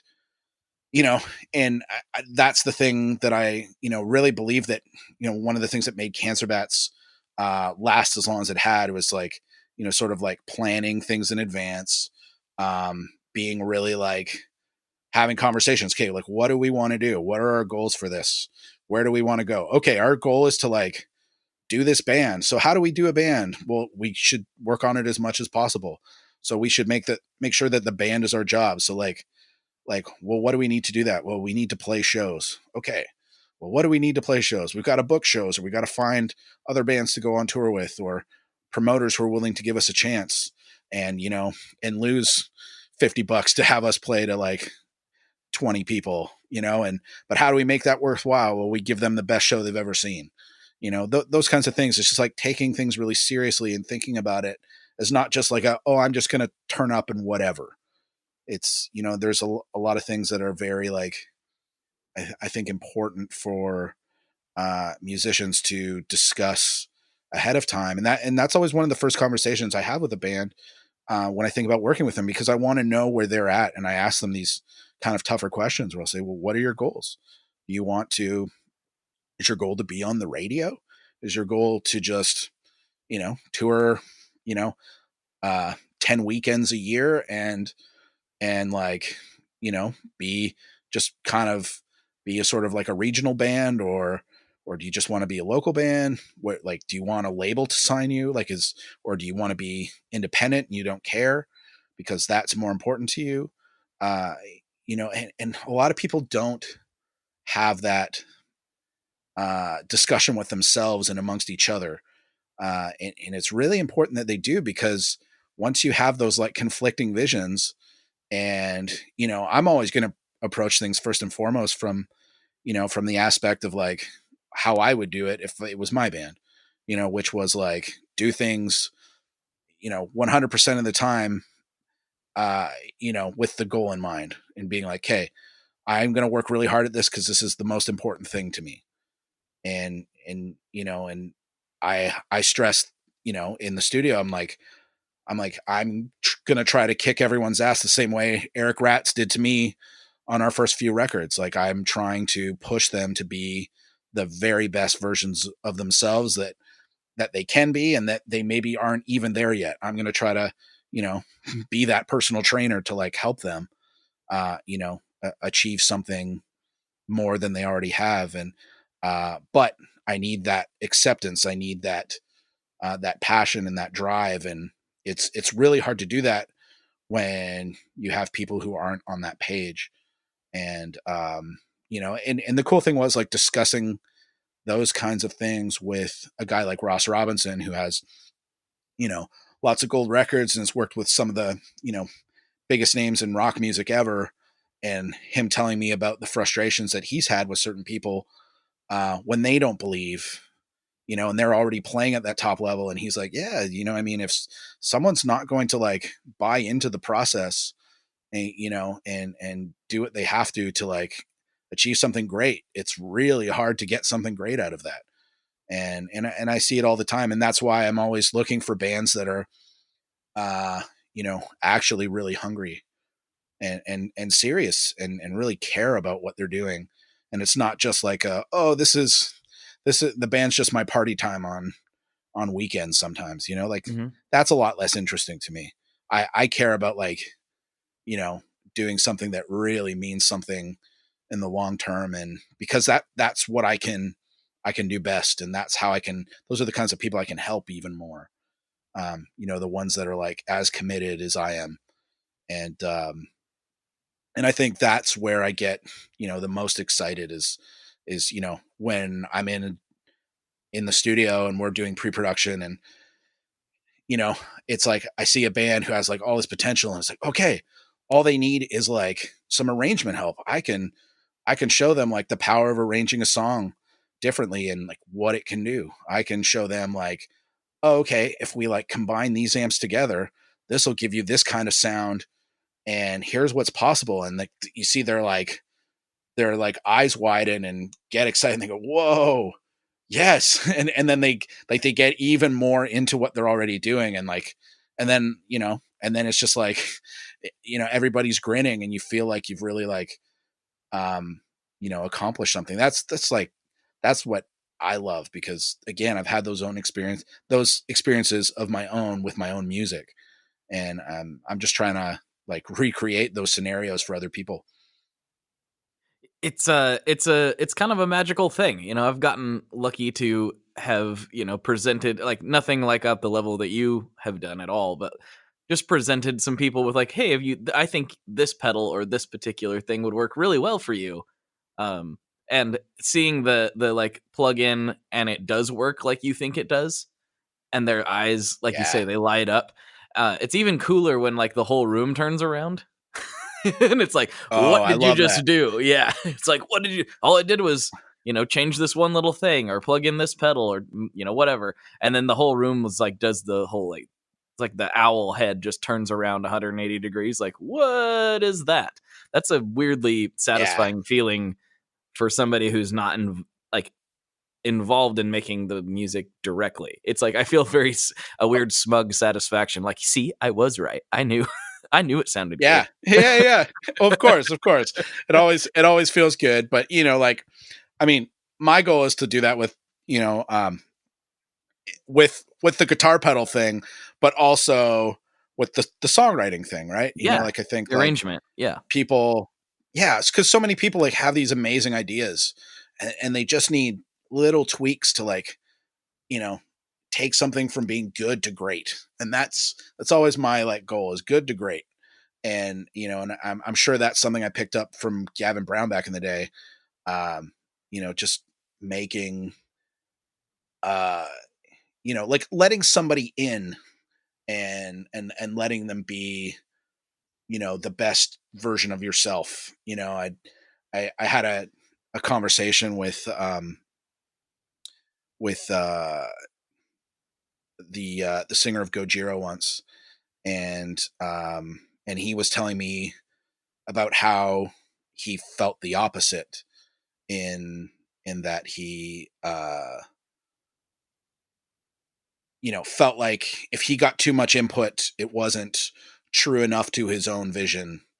And I said, well, fair enough. Like, you playing Gojira, I think your band's amazing. You're obviously doing something right. Right. So, like, I mean, 100%, like you guys are like this unicorn savior of modern metal. As far as I'm concerned, like, hell yeah, keep doing that, man. Like you're absolutely working. Nailing it. So Yep. yes.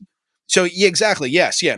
There's guys like him or Devin Townsend, that are able to like push these boundaries that, on a level that the rest of us maybe aren't able to. And I envy that.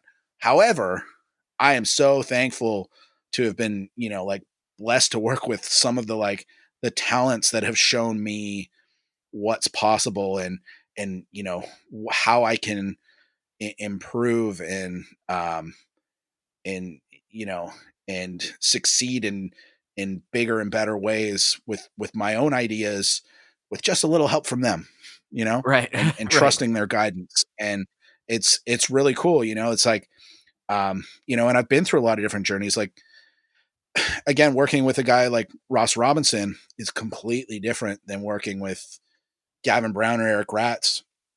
They come, they're from a bit more of a technical minded approach. Ross is very much like exclusively raw emotion and chaos and spontaneity. And so, my first time working with him, that blew my mind open in a whole other way. Like, I was terrified of it. I go, what do you mean? Like, we need to like, we got to nail like a perfect take. And he's like, I don't care. Hit your guitar so hard it goes out of tune. That doesn't matter. And I was just like, okay. Like, everything I've learned doesn't make sense anymore. What's going on? And you're able to like create an entirely different piece of art just based on the approach.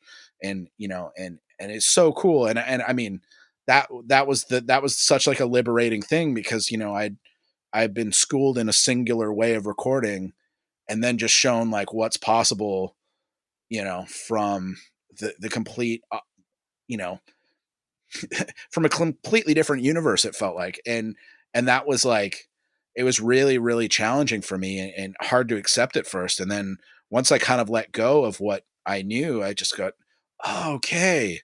Like, really are no rules. There's like some great rules. Like, there's some guidelines that will take you, super far and, and it'll go this way. But if you like are open to like these other ideas too, that's where like, like really exciting creativity can come into play. And so that's what I, is try to approach is like, okay, how do I make the best sounding record for the situation? What's going to really benefit?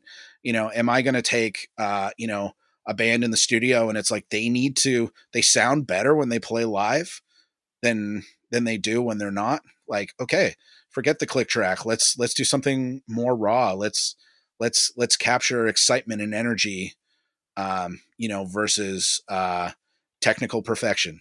It's got to be appropriate. And I love that I've been able to, learn from people who do uh, both of those things at the highest level, just letting creativity flow and art take its journey, or you can, uh, do the opposite and like make precisely the decisions that you want to happen.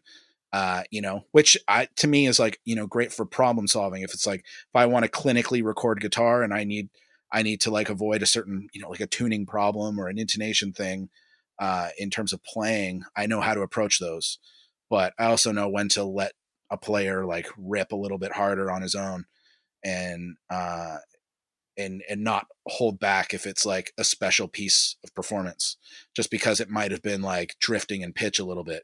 Well, maybe that's cool. Tony Iommi did it all over the place. Nobody complains. People love Black Sabbath. It's great, you know, but in the same way, again, you'll listen to somebody like Devin Townsend play guitar and it's incredible, the skill and the precision that goes into that. And and is just as emotional or whatever. It's just a different thing, but it has to be appropriate for, the artist. And that's like, that's exciting for me, is to like figure those problems out and help, somebody dial in. And I think like, having, a, uh, a really creative studio space like we have here, um, where we have full control and, and free reign to like let those things happen, is really nice. I've been in some more sort of corporate minded or extreme, profit driven studios that sort of like suffocate those things. And that's not a good scenario. Like, we need to like, let loose and not worry about like the, being nickeled and dimed for every minute kind of thing. And, I think that's, again, why I feel really fortunate to have a place like Schoolhouse Studios to do that. Yeah. And again, it's like, it all comes back down to like, I love being the guy to just open that box of pedals and bust stuff out that like people have never seen before. And they go, whoa, I didn't know a pedal could do that. Like, this is amazing. Like, when we were making like Spill Your Guts, I had, I'm trying to think of like the pedals we used on that. Like we had a KHDK Gould Jr., which is one of my favorite overdrives right now. We were using that with we combined it with what's called a Rocket Scientist electronics pedal called the Hangover, which is another amazing overdrive. Like double stacking these overdrives into an amp, and then we used like this Salvation Audio Vivider, which is sort of kind of like an octaver pedal that does it better than any that I've ever played, and create this cool fuzzy sort of like orchestral textures, that a lot of times you wouldn't think would have any like place on a hardcore record, but we're able to like take those risks and see where like, stacking these cool like stomp boxes, like where that can, inspire us to go. And you go, oh my God, that just like, you just came up with this whole thing that just like completely changed the mood of the song. And that was just like an inspired layer to add. Like, man, like we didn't even have that idea like at the start of this album. Now it's like, now this is like blowing everything wide open. What's it sound like if you add these kinds of textures on more songs? And it's really cool to like see the evolution, by adding just a few like cool little pieces of gear along the way. And it's just like, that can be like little bits of encouragement that unleash creativity. And I mean, I'm all about that stuff. Man, I have so many more things I would like to talk to you about, but we are almost at 2 hours, which is pretty awesome. Oh, wow. That's huge. Yeah. Yeah. Yeah. Look at that. Yeah. I love it. I mean, I could do this all day, but I know that Cool. people have other podcasts they need to check out, and yeah, of course. And they have Cancer Bat albums they need to jam. So I mean, there's that too. Excellent. But yeah, that doesn't mean we're totally done. I got a few classic questions for you to wrap this thing up, and then we'll put a bow on it. Let's do it. All right. The first one is, what is your favorite Boss pedal? Oh, the TU2. A lot of people say that. A lot of people throw the TU2. Really? Mm-hmm. Yeah. Yep. See, like if I can talk about it for a second, I don't have very many Boss pedals at all. That's one that I kind of wish that I still had, because to me it was one of the best guitar tuners that I owned. I bought when my TU2 finally died, I had to buy a TU3, and I thought it was terrible. Like, they changed the algorithm and it didn't work the same, and I could not tune my guitar with it for the life of me. So now I'm a strict Polytune 2 guy, but that yeah, I miss greatly the TU2, and it's like being one of those pedals that you could just go to any guitar shop and buy anywhere in the world and you could get your tuner. And then when they stopped selling that, I had like this, there was like a year-long crisis where I was like trying to find used TU2s to try to so that I wouldn't be out of tune on tour. Something about like I haven't played the TU3, so you don't play it. Well, see, okay, so this is the thing, is that like with drop C tuning, this is where you start to run into problems. And this is like sort of a technical geeky thing, but the way that I tune my guitar, and the way a lot of people, have shown me to tune your guitar in the studio, is to tune to the attack of the guitar. So you're hitting at a certain level and a consistency. So you're not just like tuning, letting the string ring, which then lowers in pitch after you hit it. we're tuning to the start where the pitch is at its like highest in the spectrum of where the string is ringing. And the problem is that when you tune low to a certain point, most pedal tuners can't detect below a D and Interesting. or maybe even a C sharp. And so tuning the way that I had been tuning for years, all of a sudden the TU3 wasn't able to track that. And so it would get the note if you would hit it and let it ring and then go flat. But then that Ah, means that every time you hit the string when you're playing really hard, and I hit my strings really hard, the pitch jumps up, and so it would be out of tune gotcha. with the other strings. So like all my other strings, it would tune fine, but the lowest note it wouldn't. And so at that point in time, the only tuners that I could find that would tune that string the way that I wanted to tune was the Planet Waves pedal tuner, which had a great algorithm and tracked really well, but whatever, the internal electronics didn't sound that great. So I used that tuner for a long time in a sort of a tuner out fashion where the tuner was out of my signal path, and it could track really well. Or the TU2 did that. And I could find I would be like really in tune, but then they changed it on the TU3 for whatever reason. But then when the Polytune 2 tuner came out from TC Electronic, their algorithm tracks it beautifully, and I can tune to the attack, and it's nice and in tune. And that's actually one of the main tuners that I'm using in the studio to get bands in tune all the time now as well. And it saves a lot of headaches. So yeah. Anyways, that's just my little rant about tuners because I'm very particular about it, and that's why I'm like, oh, boss, like you should bring back a Wazacraft TU2 or whatever. Like, cause yeah, and we always had this joke in our band that like I think like Jay, our bassist, met somebody from Roland once, and they were having like some drinks, and I think the guy just like as a joke kind of was like, "Hey man, if you were to have like a signature boss pedal, what would it be?" And he was like, "The TU2. That's what we want. The Cancer Bats TU2." And it was like, he was like, "What? Are you kidding me? All the like."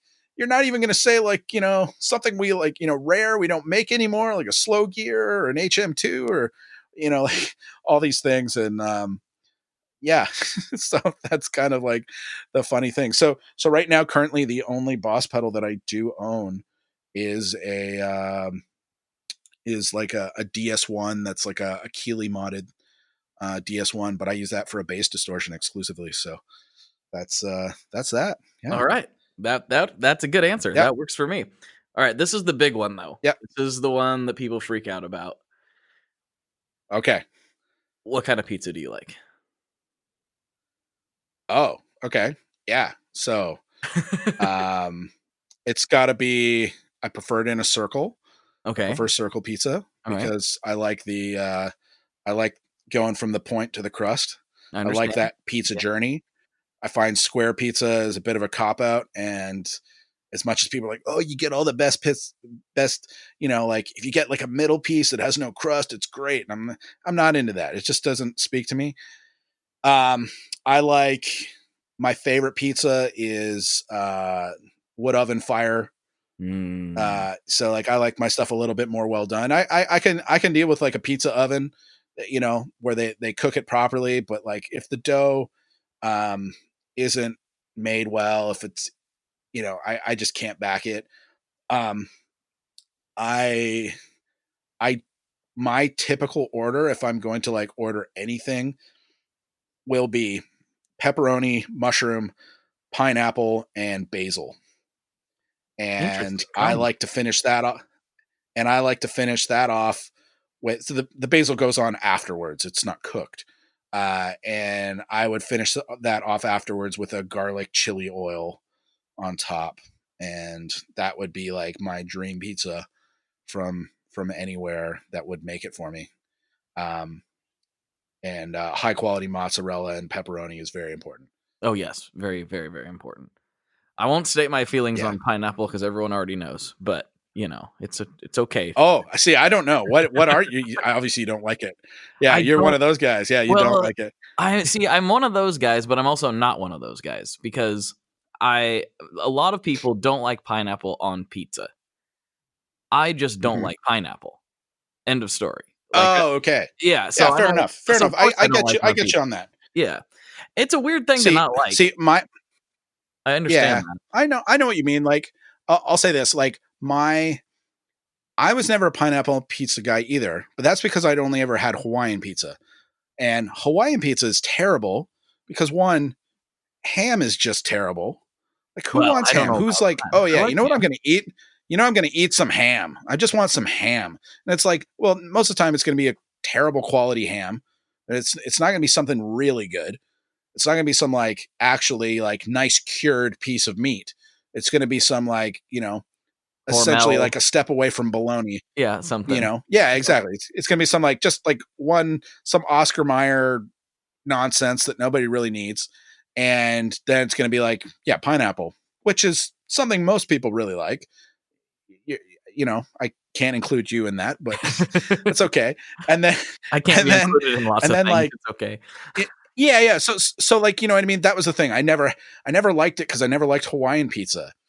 But then somebody ordered it at a band practice I had years ago where they did like pepperoni and pineapple. And I was like, I don't know. Okay. I mean, I'm having free pizza. So of course everyone wants free pizza.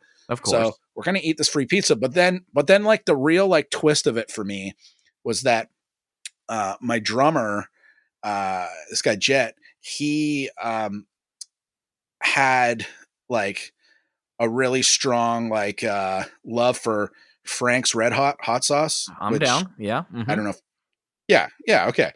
See, here's the thing is that like different people across North America have preference to like what hot sauce brand. Like if you go to like North Carolina, like they only like have Texas Pete hot sauce. But like I grew up like kind of across the border from Buffalo, so like Frank's Red Hots, like that's the Buffalo sauce, right? Mm-hmm. And so putting Frank's Red Hot on pineapple pizza, that changed my world. That was just like, oh my God. I never liked hot sauce and I never liked pineapple on pizza, but that combination just was like, this is it. Like I have arrived. It's like this sweet, salty, spicy, like mecca. It was crazy. And it's just, I know it sounds ridiculous, but I remember that very distinctly the first time I tried that combination. And so that's kind of what I try to sort of recreate. And that's why I'm like talking about the chili oil at the end. It's all important. See, if I didn't have the chili oil, I would just love to douse some Frank's Red Hot on it. And so like, that's one of the things, like, I'm like one of the only guys in my band who's not a vegetarian. And so like the Cancer Bat signature pizza is what we call tropical heat. And what the tropical heat is like a cheese and tomato, tomato sauce pizza with pineapple and pickled banana peppers on top, and usually doused in some sort of hot sauce, sriracha or Frank's Red Hot yeah. usually. Mm-hmm. And so like that's just such like a standard staple for me that like I don't even think about ordering pizza without pineapple anymore. Like it's just like that's part of that experience that made me like pizza even more, that I just like that's almost my number one ingredient. Like if that's missing, I feel like I'm not really enjoying pizza as much as I could be. Well, next time you're in Portland, I got to take you to a spot and get you a cheese slice. Sizzle pie? Well, sizzle pie is not bad, but I like sizzle pie actually quite a bit. But there's another place called Checkerboard. Yeah.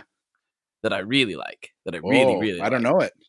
It's not like super old. It's been around for a little while. It's in like this place called Pine Street Market that's like a bunch of different good restaurants all in one building.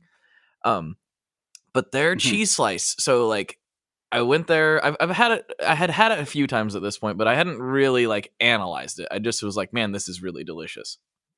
And me and my friend Jess went there, and we we both got the same thing. We got a cheese slice and we got like this really fancy sounding like garlicky sausage slice. And I was super excited for that garlic sausage Yeah. slice. And I ate the cheese slice first because I'm like, this will be like dessert. We both got done with our fancy slices and we both kind of looked at each other and were like, man, that cheese slice was so good. I wish I'd had that instead of the fancy slice, which is kind of Oh, crazy. So I still feel that way. I crave that slice once in a while. It's a yeah. good pizza. But we'll Yeah. see. So like me and some of my friends, we call a really good cheese pizza a Home Alone. Okay, yeah, that's Like, solid. 'cause Hmm. Kevin in Home Alone just orders the cheese pizza all to himself, so that's kind of like our nickname for a cheese pizza. I like it. The Home Home Alone Alone. special. Yeah. But All right. yeah, you know what? I come back like a really simple slice like that. If it's done really well, absolutely delicious. Oh yes, we'll go around. We'll show you some spots next time you're in town. It'll be fun. I'm into it. Right on, man. Well, I would be remiss if I know we've just blown all proportions or all notions of having some sort of time constraints out the window, but I would also say, as much as I was gushing over your guitar stuff earlier, I have to say the other part of the equation that sucked me in and probably a lot of people can really relate to is your frontman Liam is he's one of the best. He's he's one of the best frontmen, and I Yeah. absolutely love his vocal style to death. So if you can pass that along for me, that I would appreciate. Oh, for sure. I mean, I said it before. I was talking about his sort of his business prowess, but I mean, like when you kind of, when you start working with a lot of bands like I do in the studio, you kind of notice what makes certain bands stand out and work more than others. And having a really great, charismatic frontman is up there with one of the most important things any band can have. Just that front person that really can captivate an audience and make it seem effortless. And I mean, Liam has that in spades, and we're really lucky to have someone that talented and just uh and natural at what he does. Like, that's really who he is. Like he's like, he doesn't really like turn that off when you're hanging out with him. It's like he's really excited about a lot of things all the time, and and he's like really funny and telling jokes, and that's kind of like, that's the guy he is, and he's born to do something like that and get on a stage. And it's yeah, I mean, I couldn't say enough about that, because I think like he is very much one of the best at what he does. And he's, it was really cool to see him evolve in terms of like a singer and where he's at now, compared to like, if I listen to like, our first demo that we made in 2004, and it's like, the personality was always there, and he just, just took singing and got really good at it. And really like, he's always like been, a major part of like, our success. And you know what I mean? It's like, I was really fortunate to, to be friends with him and have a chance to start a band with him. Cause I remember the first time I saw him sing for a band, like years and years ago. And I just thought it was awesome. The band even wasn't even like amazing, but like, I remember like seeing this guy like scream this sort of like, he was kind of in this sort of like this old school sort of screamo band called Vincent Black Shadow. And I saw him like running around screaming at people, but smiling while doing it. And it was like, I don't know. It was so different than like what I was used to. And I mean, he was kind of my friend already, but it was like, I don't know. There was something where I was like, I love this. This is great. And then, so like when we actually did start Cancer Bats, and he kind of continued that thing. Like, I was really happy, because it was like, oh yeah, like, now I get to like, like think of like, okay, now I can write songs, together with Liam that will like, um, focus on those qualities, and like, and let us like use that as like a way to, inspire, writing something totally different. I I've been pretty lucky. I think like my whole musical career, I always had bands with guys that were like very, very much like amazing on stage. I was just, there's a lot of talented people in Toronto. It sure seems that way. But yeah, but I think like Liam was just the complete package where there'd be people who were like great at actually performing. But like Liam's funny enough, I think, to be like a stand-up comedian in his own right. If he just wanted to do that, he'd probably be great at it. And so I think there's like, not only can he like captivate the audience while he's doing what he does really well, it's that he can, he can also talk to the audience and not have it be really awkward. He can invite people and sort of like look at the person at the back of the room who's maybe kind of like sitting there with a frown, and then slowly like rope them into the pit and get them like really excited when they didn't expect it. It's like really unique to have that gift. And I mean, he's got that in spades. So I think it's super cool. All right, man. We should call this thing. Where can they find you on the interwebs or otherwise? And what do you want people to search for when they're done with this?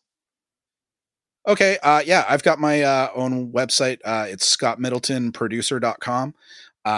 You can find me on Facebook under the same thing, Scott Middleton Producer. My Instagram is Scobe City, SCOEBCITY. That's just a goofy nickname, so don't think about it too hard. And yeah, of course, cancerbats.com if you want to check out my music. And schoolhousestudios.com, which is where I record out of. And yeah, anyone interested in making music or, having me mix a record, any of that kind of stuff, like please don't be shy to hit me up. I love talking to everybody and checking out new music all the time. Very excited. Right on, man. Thank you so much for coming on. This is awesome. Thank you so much for having me, Blake. All right, everybody. For Scott, this is Blake. And as always, folks, good luck and good tones.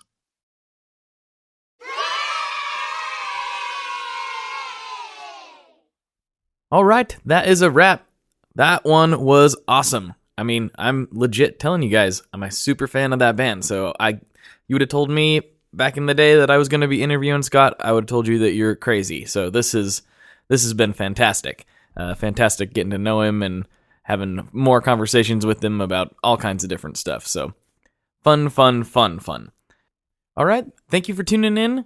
Please, if you haven't already, tell a friend, tell a family member, tell your bandmate, tell somebody that you know is going to be into this show. If you like it, you made it this far into the podcast, next thing you do, as soon as you can, just tell a friend about this. Would mean the world to me. Really would.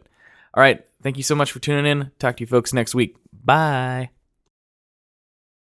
One last thing before we totally sign off here. I just want to remind you that if you do any shopping at Stringjoy, that's Stringjoy guitar strings made in Nashville, that will help me out as well. As I've said for years, I'm heavily involved in that company, and I really do think they're making the best products on the market. So if you would like to try custom strings, go to tonemob.com/stringjoy and check them out today. I seriously love what the team down there is doing. I help them out with all kinds of things, and by you supporting them, you are also supporting me as well. And hey, you need some strings, so why not get some custom strings just for your guitar and playing style? Again, the link for that is tonemob.com/stringjoy, and that will take you right to their website, and you can do all your shopping through there, and that will help everyone involved out. So thank you very much. Talk to you next time. We are brought to you by the wonderful folks at Gun Street Wiring Shop. Yes, Gun Street Wiring Shop. I've talked about them before. I used to say based out of Bend, Oregon, but guess what? Sean moved to my neck of the woods. Sean's in Portland. Sean is awesome and has helped me with a bunch of stuff lately. And if you have wiring needs for your guitar, he can help you too. If you want to get weird with it, he can get weird. If you just need to spruce things up a little bit, there's your guy. He takes all the guesswork out of doing your guitar wiring, and he makes it simple, and his customer service is top-notch, and I can't say enough good things about Gun Street as a company. I really respect Sean and what he's all about, and the product is top-notch. I've got 3 different guitars that now have Gun Street harnesses in them, and I could not be happier. So go to gunstreetwiringshop.com and check them out.